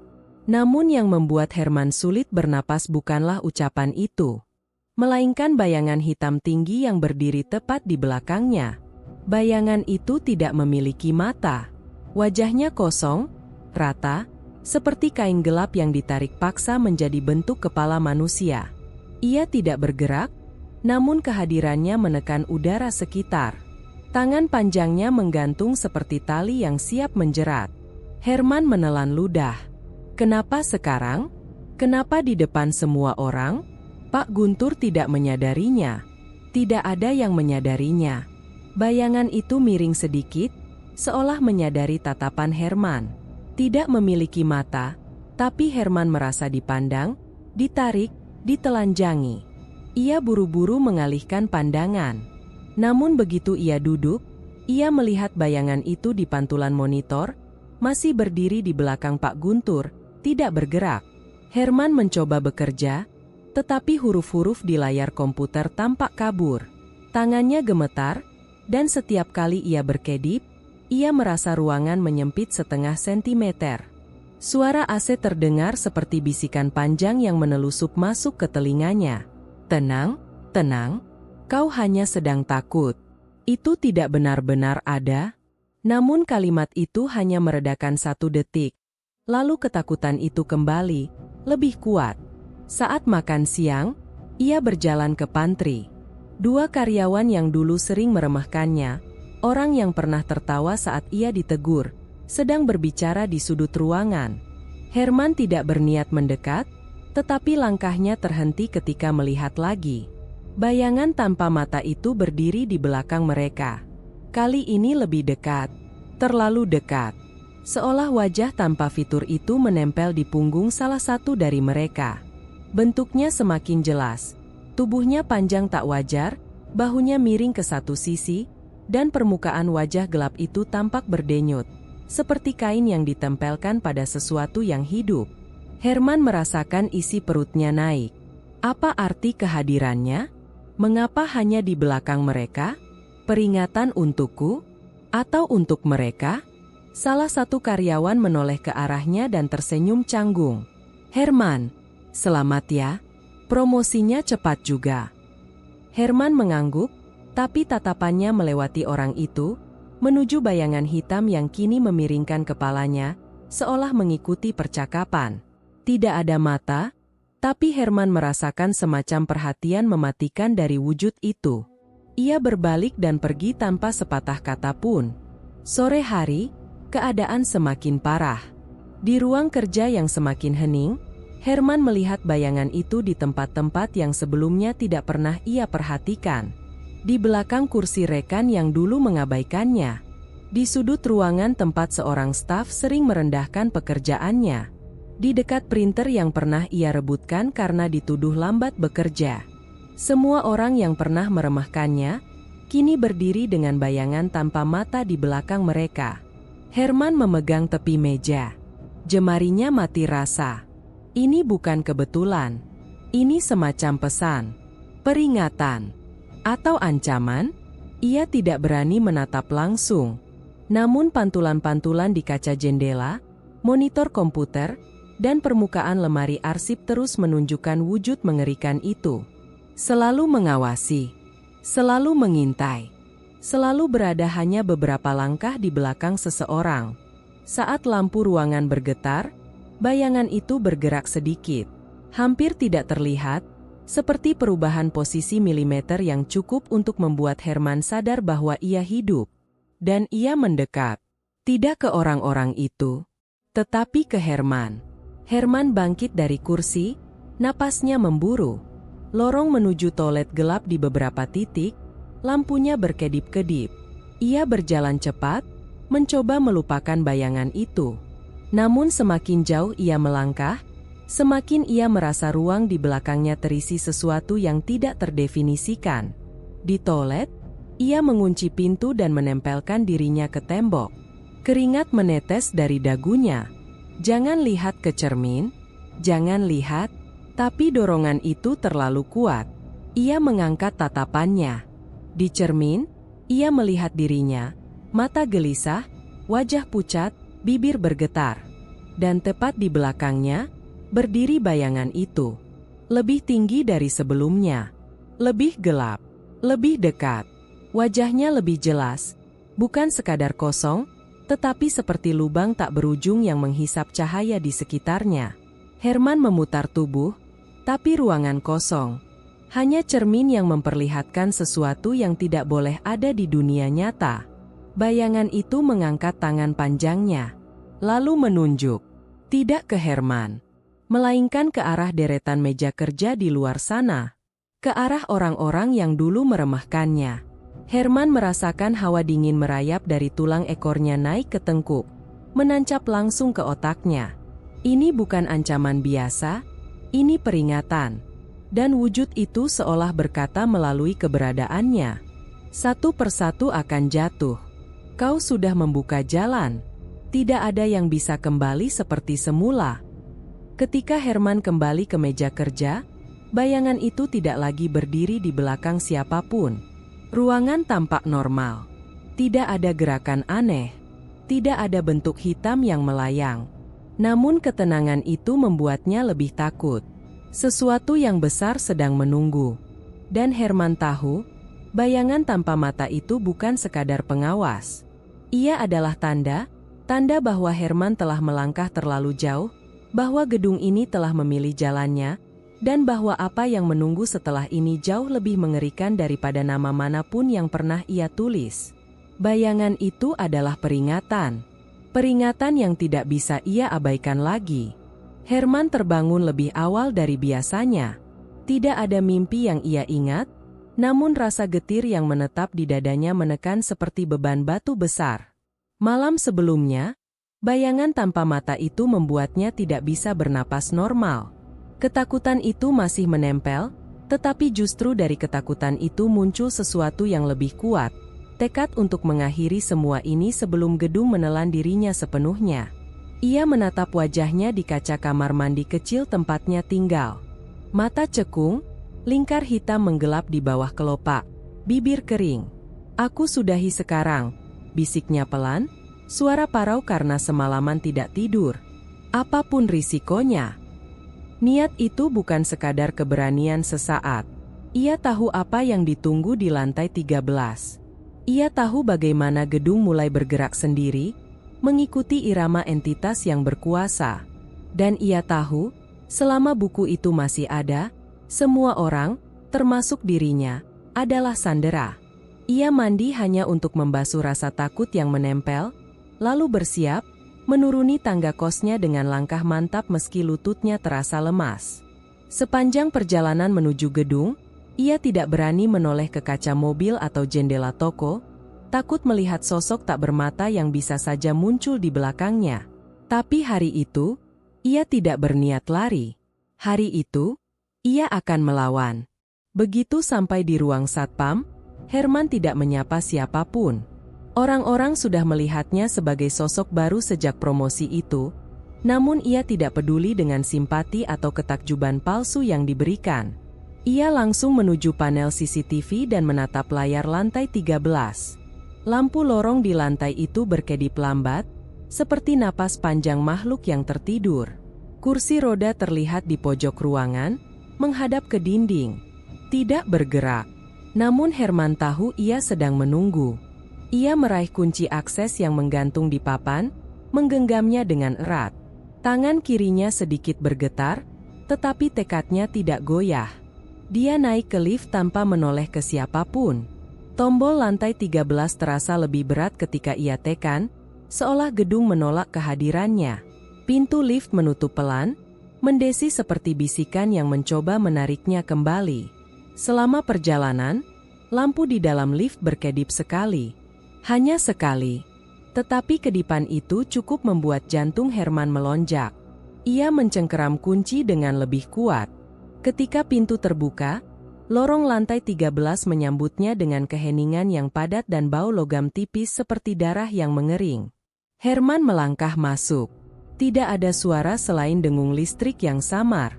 Lampu-lampu mengerjap pelan, menciptakan bayangan panjang yang bergerak mengikuti setiap langkahnya. Udara terasa lebih dingin dari biasa, menusuk tulang. Ruang arsip ada di ujung lorong. Herman mempercepat langkah. Setiap langkah terdengar terlalu keras, seolah lantai ingin memberitahu sesuatu kepada penghuni ruangan. Ketika ia mencapai pintu, telapak tangannya sudah berkeringat. Ia memasukkan kunci, memutarnya, dan pintu itu membuka dengan suara decit panjang, seperti keluhan makhluk yang dipaksa bangun dari tidur gelapnya. Ruang arsip itu sama seperti terakhir ia tinggalkan. Kursi roda menghadap pintu. Buku hitam itu tergeletak di atas meja pendek kayu. Hening. Tapi hawa ruangan menekan, seolah ruangan memerhatikan setiap gerakan yang ia lakukan. Herman melangkah masuk. Langkah pertama, udara berubah lebih dingin. Langkah kedua, lampu di sudut ruangan bergetar. Langkah ketiga, kursi roda berdecit kecil, hanya beberapa milimeter, namun cukup membuat punggung Herman meremang. Ia mengabaikannya.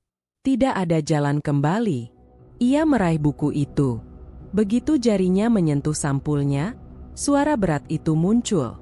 Tidak keras, tidak menjerit, tapi tajam, seperti bisikan yang menembus langsung ke sumsum tulang belakangnya.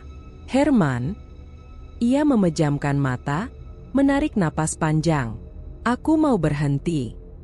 Ruangan langsung terasa menciut, seperti dindingnya bergeser setengah sentimeter mendekat. Tidak ada yang berhenti, suara itu membalas. Kau sudah menjadi bagian. Herman membuka mata dan menatap buku itu. Benda yang memulai semua kehancuran ini. Ia menggenggamnya dengan kedua tangan, lalu mengangkatnya tinggi, seperti seseorang yang akan memecahkan batu kutukan. Aku sudahi. Sekarang. Ia menghantamkan buku itu ke meja.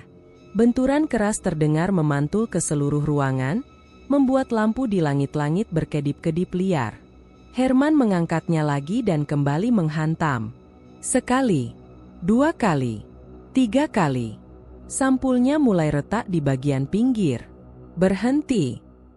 Suara itu lebih tajam, lebih dekat, seolah membisiki tepat di samping telinga Herman. Buku itu bukan milikmu untuk dihancurkan. Herman menoleh sekilas, memastikan tidak ada apapun di belakangnya. Ruangan tetap kosong.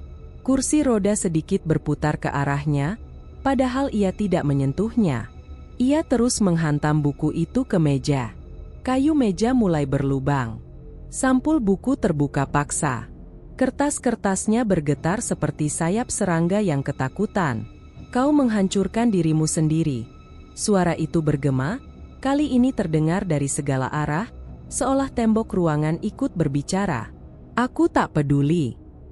Herman berteriak, Suara pecah karena rasa takut dan keputusasaan yang menumpuk. Aku tak mau lagi. Ia merobek beberapa halaman. Kertas itu berteriak, setidaknya begitulah yang ia rasakan. Ruangan bergetar. Lampu berkedip cepat. Rak arsip bergetar seperti ada sesuatu yang berjalan di belakangnya. Kursi roda bergerak. Tidak cepat. Tidak perlahan.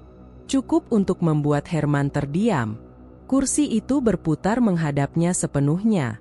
Roda kirinya berdecit kecil. Lalu berhenti. Suara gaib itu berkata dengan nada yang hampir lembut, namun berlapis ancaman dingin. Kau pikir menghancurkan benda itu cukup? Herman tertegun. Halaman-halaman yang ia robek, yang harusnya sobek di tangannya, kembali merapat, seperti daging yang menyatu setelah luka. Sampul yang retak perlahan menutup kembali. Ia memejamkan mata, mengerahkan seluruh keberaniannya. Aku tak menulis nama lagi. Apapun akibatnya. Gedung bergetar. Lampu padam. Dan suara itu tertawa. Pendek, pelan, namun mengerikan. Jika kau tidak memberi. Tawa itu menghilang, berubah menjadi bisikan yang hampir menyerupai cakar yang menyeret dinding. Maka aku akan mengambil sendiri. Buku itu tiba-tiba membuka halaman baru dengan keras, seperti angin tak terlihat menyentaknya. Di halaman kosong itu, mulai terbentuk sebuah nama. Herman mundur. Napasnya berhenti. Tenggorokannya kering seketika. Nama itu belum selesai. Huruf-hurufnya goresan darah tipis. Dan ia tahu siapa yang akan tertulis di sana. Suara itu berbisik. Kau. Suara itu terus mengisi ruangan, seperti gema dari ruang kosong yang tidak memiliki ujung. Nada gaib itu semakin intens, menekan telinga Herman hingga terasa seperti ada sesuatu yang merayap masuk ke kepalanya. Udara berubah menjadi dingin lembab, seolah dinding-dinding ruangan meneteskan kabut hitam yang tak terlihat. Herman. Bisikan itu sekarang tidak lagi jauh, tidak lagi samar. Ia bisa merasakannya tepat di pinggir rahangnya, seperti seseorang yang membisikkan ancaman dari balik bahu.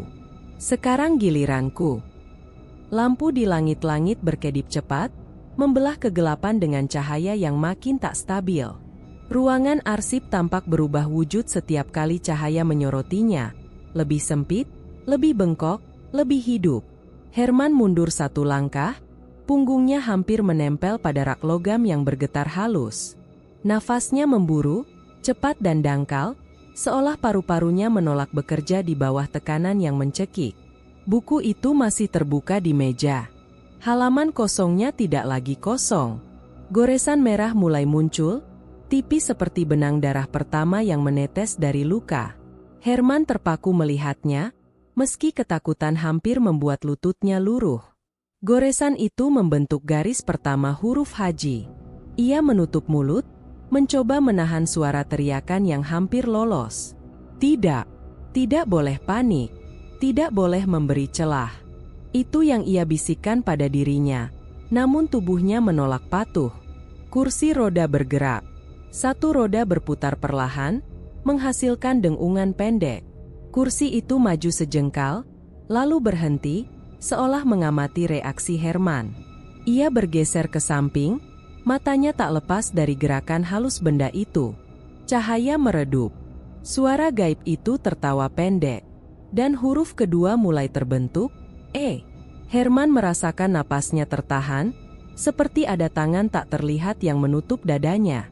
Ia melihat pantulan dirinya di kaca lemari arsip yang retak. Wajah pucat, mata melebar, keringat dingin menetes dari pelipis. Namun pantulan itu punya sesuatu yang lain. Bayangan tambahan.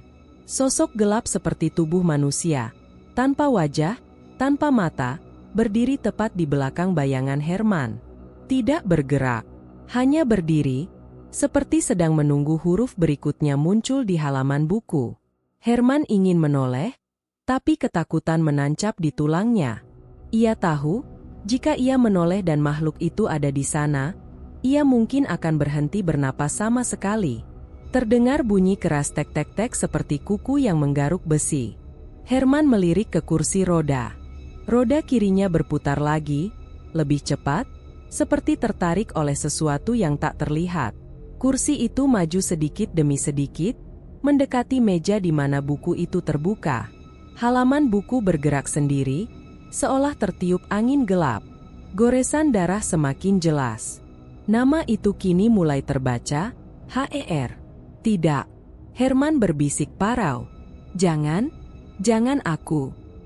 Tetapi suaranya tenggelam oleh tawa lirih yang menyeruak dari dalam dinding. Rak arsip berderit dari segala arah, seperti benda-benda itu ikut merespons keputusan entitas yang menguasai lantai ini.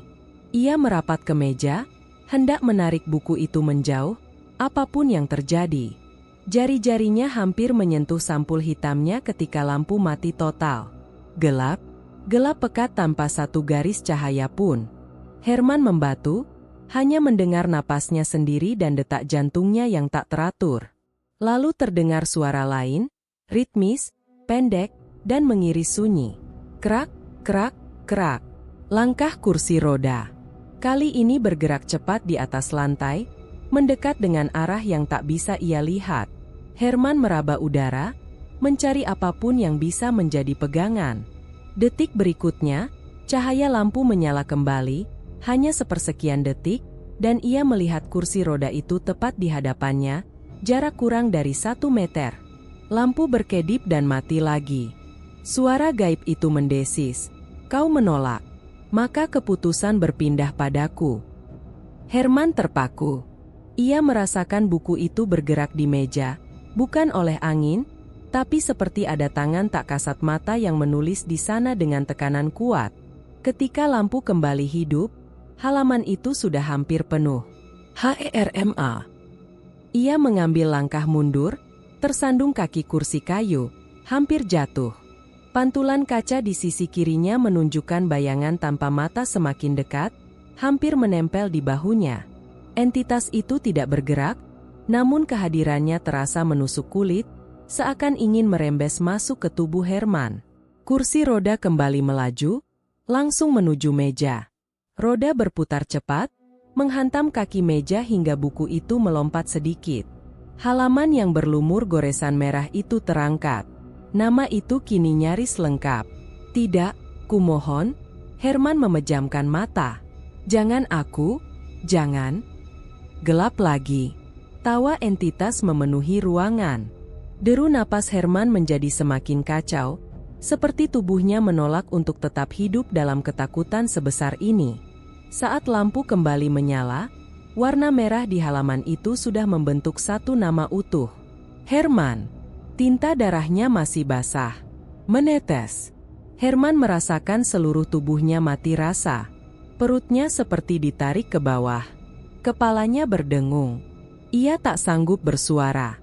Dunia mengecil, hanya menyisakan satu halaman itu dan bayangan gelap yang berdiri menunduk dari belakangnya. Suara gaib itu berbisik lembut, terlalu lembut, seperti seseorang yang hendak menidurkan anak kecil. "Sekarang giliranmu dijaga, seperti mereka yang kau berikan padaku." Kursi roda bergerak lagi. Kali ini langsung menuju Herman. Dengan kecepatan yang tidak manusiawi. Udara di lantai 13 seperti berhenti ketika Herman menatap namanya sendiri, tergores dengan darah pekat, di halaman buku yang menolak hancur itu. Tulisan itu seperti berdenyut, seolah hidup, seolah memanggilnya. Seketika, tubuh Herman melemas. Tenggorokannya mengering, dan telinganya dipenuhi suara yang lebih dekat daripada sebelumnya. "Kau sudah menjadi bagian." Bisikan itu menyelusup langsung ke tulang, lembut namun menjerat. Herman tidak menunggu detik berikutnya. Ia menutup buku itu dengan keras, melemparnya begitu saja, lalu berbalik menuju pintu darurat.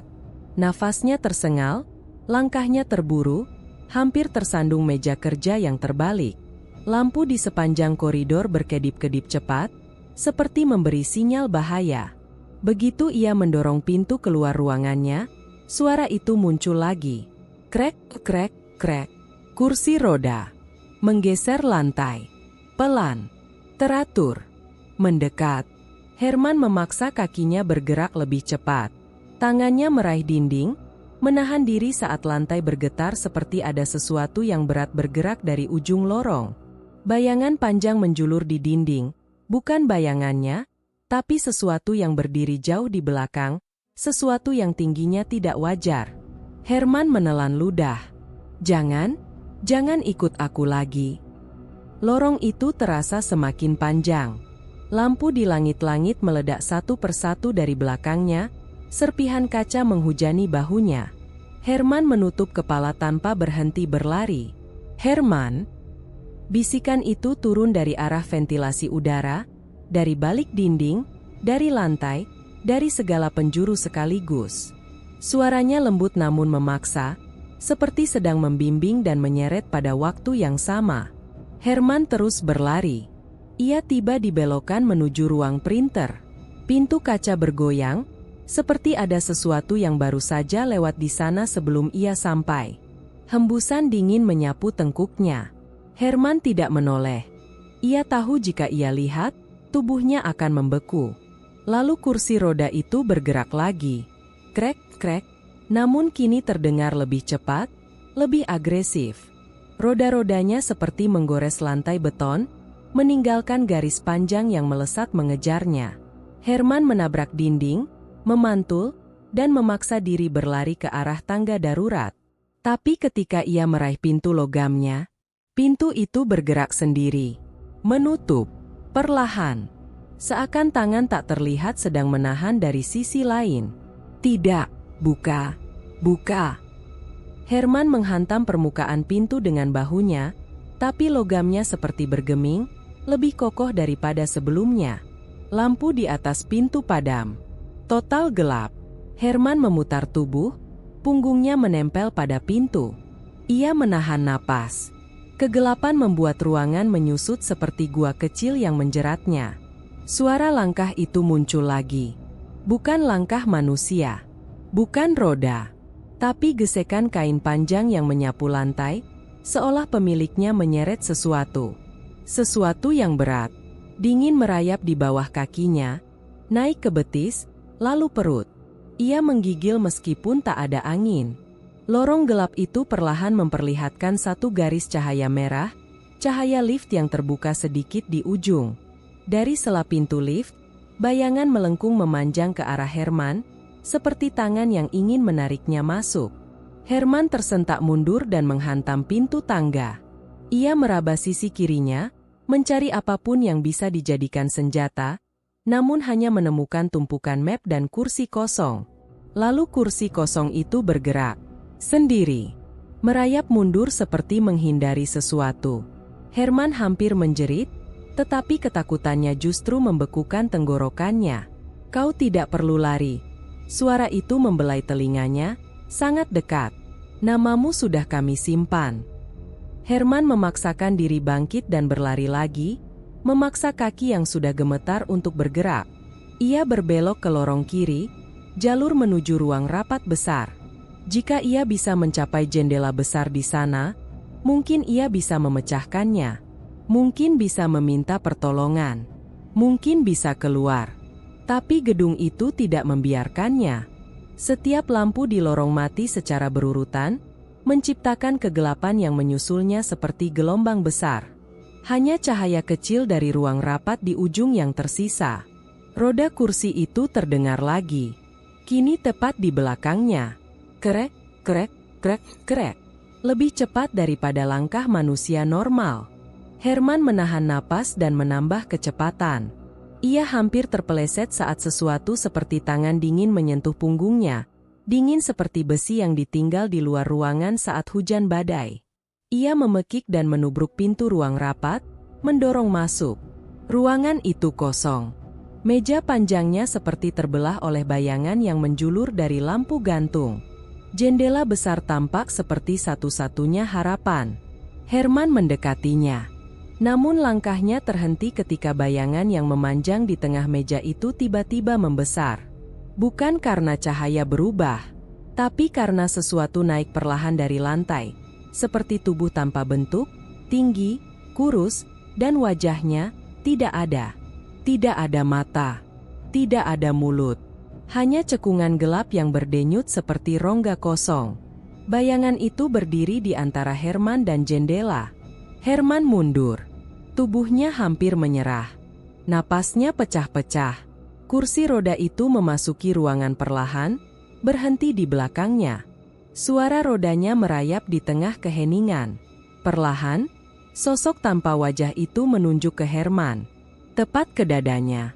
Dan suara itu berkata, "Giliranmu, Herman." Lantai 13 kembali sunyi setelah hiruk-pikuk yang terjadi malam itu.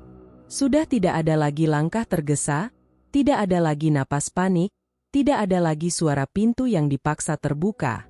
Hanya sisa hawa dingin yang menggantung, mengalir pelan dari ujung lorong ke ujung lainnya seperti kabut tipis yang tidak terlihat mata. Lampu-lampu menyala samar, sebagian berkedip, seakan gedung itu sedang menahan sesuatu di dalam dindingnya. Meja-meja tampak tetap pada tempatnya, meski satu dua kursi sedikit bergeser, seolah baru ditinggalkan oleh seseorang yang terburu-buru. Kaca di ruang rapat masih berembun, menyimpan jejak tangan yang entah dibuat oleh siapa. Dan di tengah keheningan yang menyesakan itu, sebuah kursi roda berhenti menghadap ke lorong utama. Di atasnya, tubuh Herman sudah kaku. Kepalanya sedikit menunduk, dagu menempel pada dada. Matanya terbuka setengah, seperti sedang memandangi lantai yang tak lagi dikenalnya. Tangannya mengepal pada kedua sisi penyangga kursi roda, kuku-kukunya membiru. Kulit wajahnya pucat seperti lilin yang ditiup sebelum sempat meleleh. Tak ada luka, tak ada darah. Namun ruangan itu memberitahu dengan jelas bahwa ia dibiarkan mati dengan perlahan, ditahan oleh sesuatu yang tidak membiarkannya pergi. Udara di sekelilingnya seakan menahan napas. Lampu di atasnya berkedip 2 kali, lalu menyala stabil, seolah mengucapkan selamat datang pada sesuatu yang baru. Menjelang pagi, gedung mulai hidup kembali. Suara lift berdenting pelan dari lantai bawah, pintunya terbuka dan tertutup seperti napas mekanis yang bangun lebih dulu sebelum para manusia masuk bekerja. Lorong-lorong di lantai lain sudah mulai terisi dengan aktivitas kecil. Suara langkah, kertas di balik, percakapan singkat. Namun lantai 13 tetap memisahkan diri. Tak ada yang naik ke sana. Tidak ada yang berani. Sebenarnya, meski tidak ada yang berani pula berkata sebabnya. Lantai itu seperti dibiarkan menjadi ruang bagi sesuatu yang menunggu. Hingga seorang karyawan yang datang paling pagi, yang bertahun-tahun bertugas mengecek tiap lantai sebelum kantor buka, mengikuti kebiasaan rutinnya. Ia menyalakan lampu-lampu, memeriksa kebersihan, memastikan semua keadaan aman. Tangannya menahan gagang pintu ketika ia tiba di lantai 13. Ia mengernyit. Dinginnya berbeda. Lebih tajam, lebih asing, seperti udara yang sudah lama tidak bersentuhan dengan matahari. Pintu terbuka. Ia melangkah masuk. Hawanya tidak menyambut, hanya menatap. Setiap bayangan seperti bergerak pelan, menyusut dan melebar ketika ditembus oleh cahaya lampu darurat yang berkedip. Lalu ia melihat kursi roda itu. Dengan tubuh Herman di atasnya. Karyawan itu terdiam, seolah tenggorokannya membeku. Napasnya terhenti setengah, matanya membesar. Ia memutar tubuh untuk mundur, tetapi tatapannya tertahan pada sesuatu di dinding kaca ruang rapat. Sebuah bayangan berdiri di sana. Bayangan yang bentuknya mirip Herman. Bahunya turun seperti orang kelelahan, kepalanya sedikit miring, seakan sedang memeriksa isi ruangan. Namun bayangan itu tidak mengikuti bentuk tubuhnya yang sudah membeku di kursi roda. Ia berdiri tegak, bergerak pelan, memperhatikan keadaan lantai dengan sikap seperti pemilik baru gedung tersebut. Ketika karyawan itu berkedip, bayangan itu menghilang. Namun kursi roda Herman berdecit, bergerak mundur sedikit, sangat sedikit, sekadar cukup untuk menunjukkan bahwa sesuatu yang tak terlihat sedang mulai bekerja. Karyawan itu berlari pergi, meninggalkan pintu terbuka. Langkahnya memantul jauh di lorong lain, namun lantai 13 tetap tidak bergerak. Kursi roda itu kembali diam, menunggu. Sejak hari itu, Orang-orang mulai memperhatikan sesuatu yang aneh. Lampu di lantai 13 sering menyala sendiri. Lift kadang naik ke sana meski tidak ada yang memanggil. Suara kursi roda terdengar dari jauh, bergeser perlahan seperti patroli. Dan setiap kali seseorang melewati lorong kaca di lantai 12, mereka kadang melihat pantulan samar, bayangan seseorang yang tubuhnya mirip Herman, berdiri tanpa bergerak, menunduk seolah sedang memeriksa nama yang tak pernah selesai ia tulis. Gedung itu punya penjaga baru. Bukan yang diangkat secara resmi, bukan pula yang digaji, tapi yang terikat oleh sesuatu yang lebih tua, lebih gelap, dan lebih sabar daripada manusia manapun. Lantai 13 tidak pernah kosong lagi. Dan Herman, yang dulu hanya ingin keluar dari kesepakatan yang ia buat sendiri, kini menjadi bagian dari tempat yang tak pernah ia pahami. Ia duduk di kursi rodanya, diam, mengawasi, menjaga, hingga seseorang lain, suatu hari nanti, membuat kesalahan yang sama. Dan begitulah akhir kisah Herman. Lantai 13 tidak pernah benar-benar sepi. Dan setiap ambisi yang ditebus dengan kegelapan, selalu kembali menagih, meski pemiliknya sudah tidak lagi bernapas. Terima kasih sudah mengikuti cerita ini sampai akhir. Jika kamu suka cerita seperti ini, jangan lupa tekan subscribe, aktifkan lonceng notifikasi, dan tinggalkan komentar. Dukunganmu membuat cerita-cerita gelap seperti ini terus hidup, seperti sesuatu yang masih menunggu di lantai 13.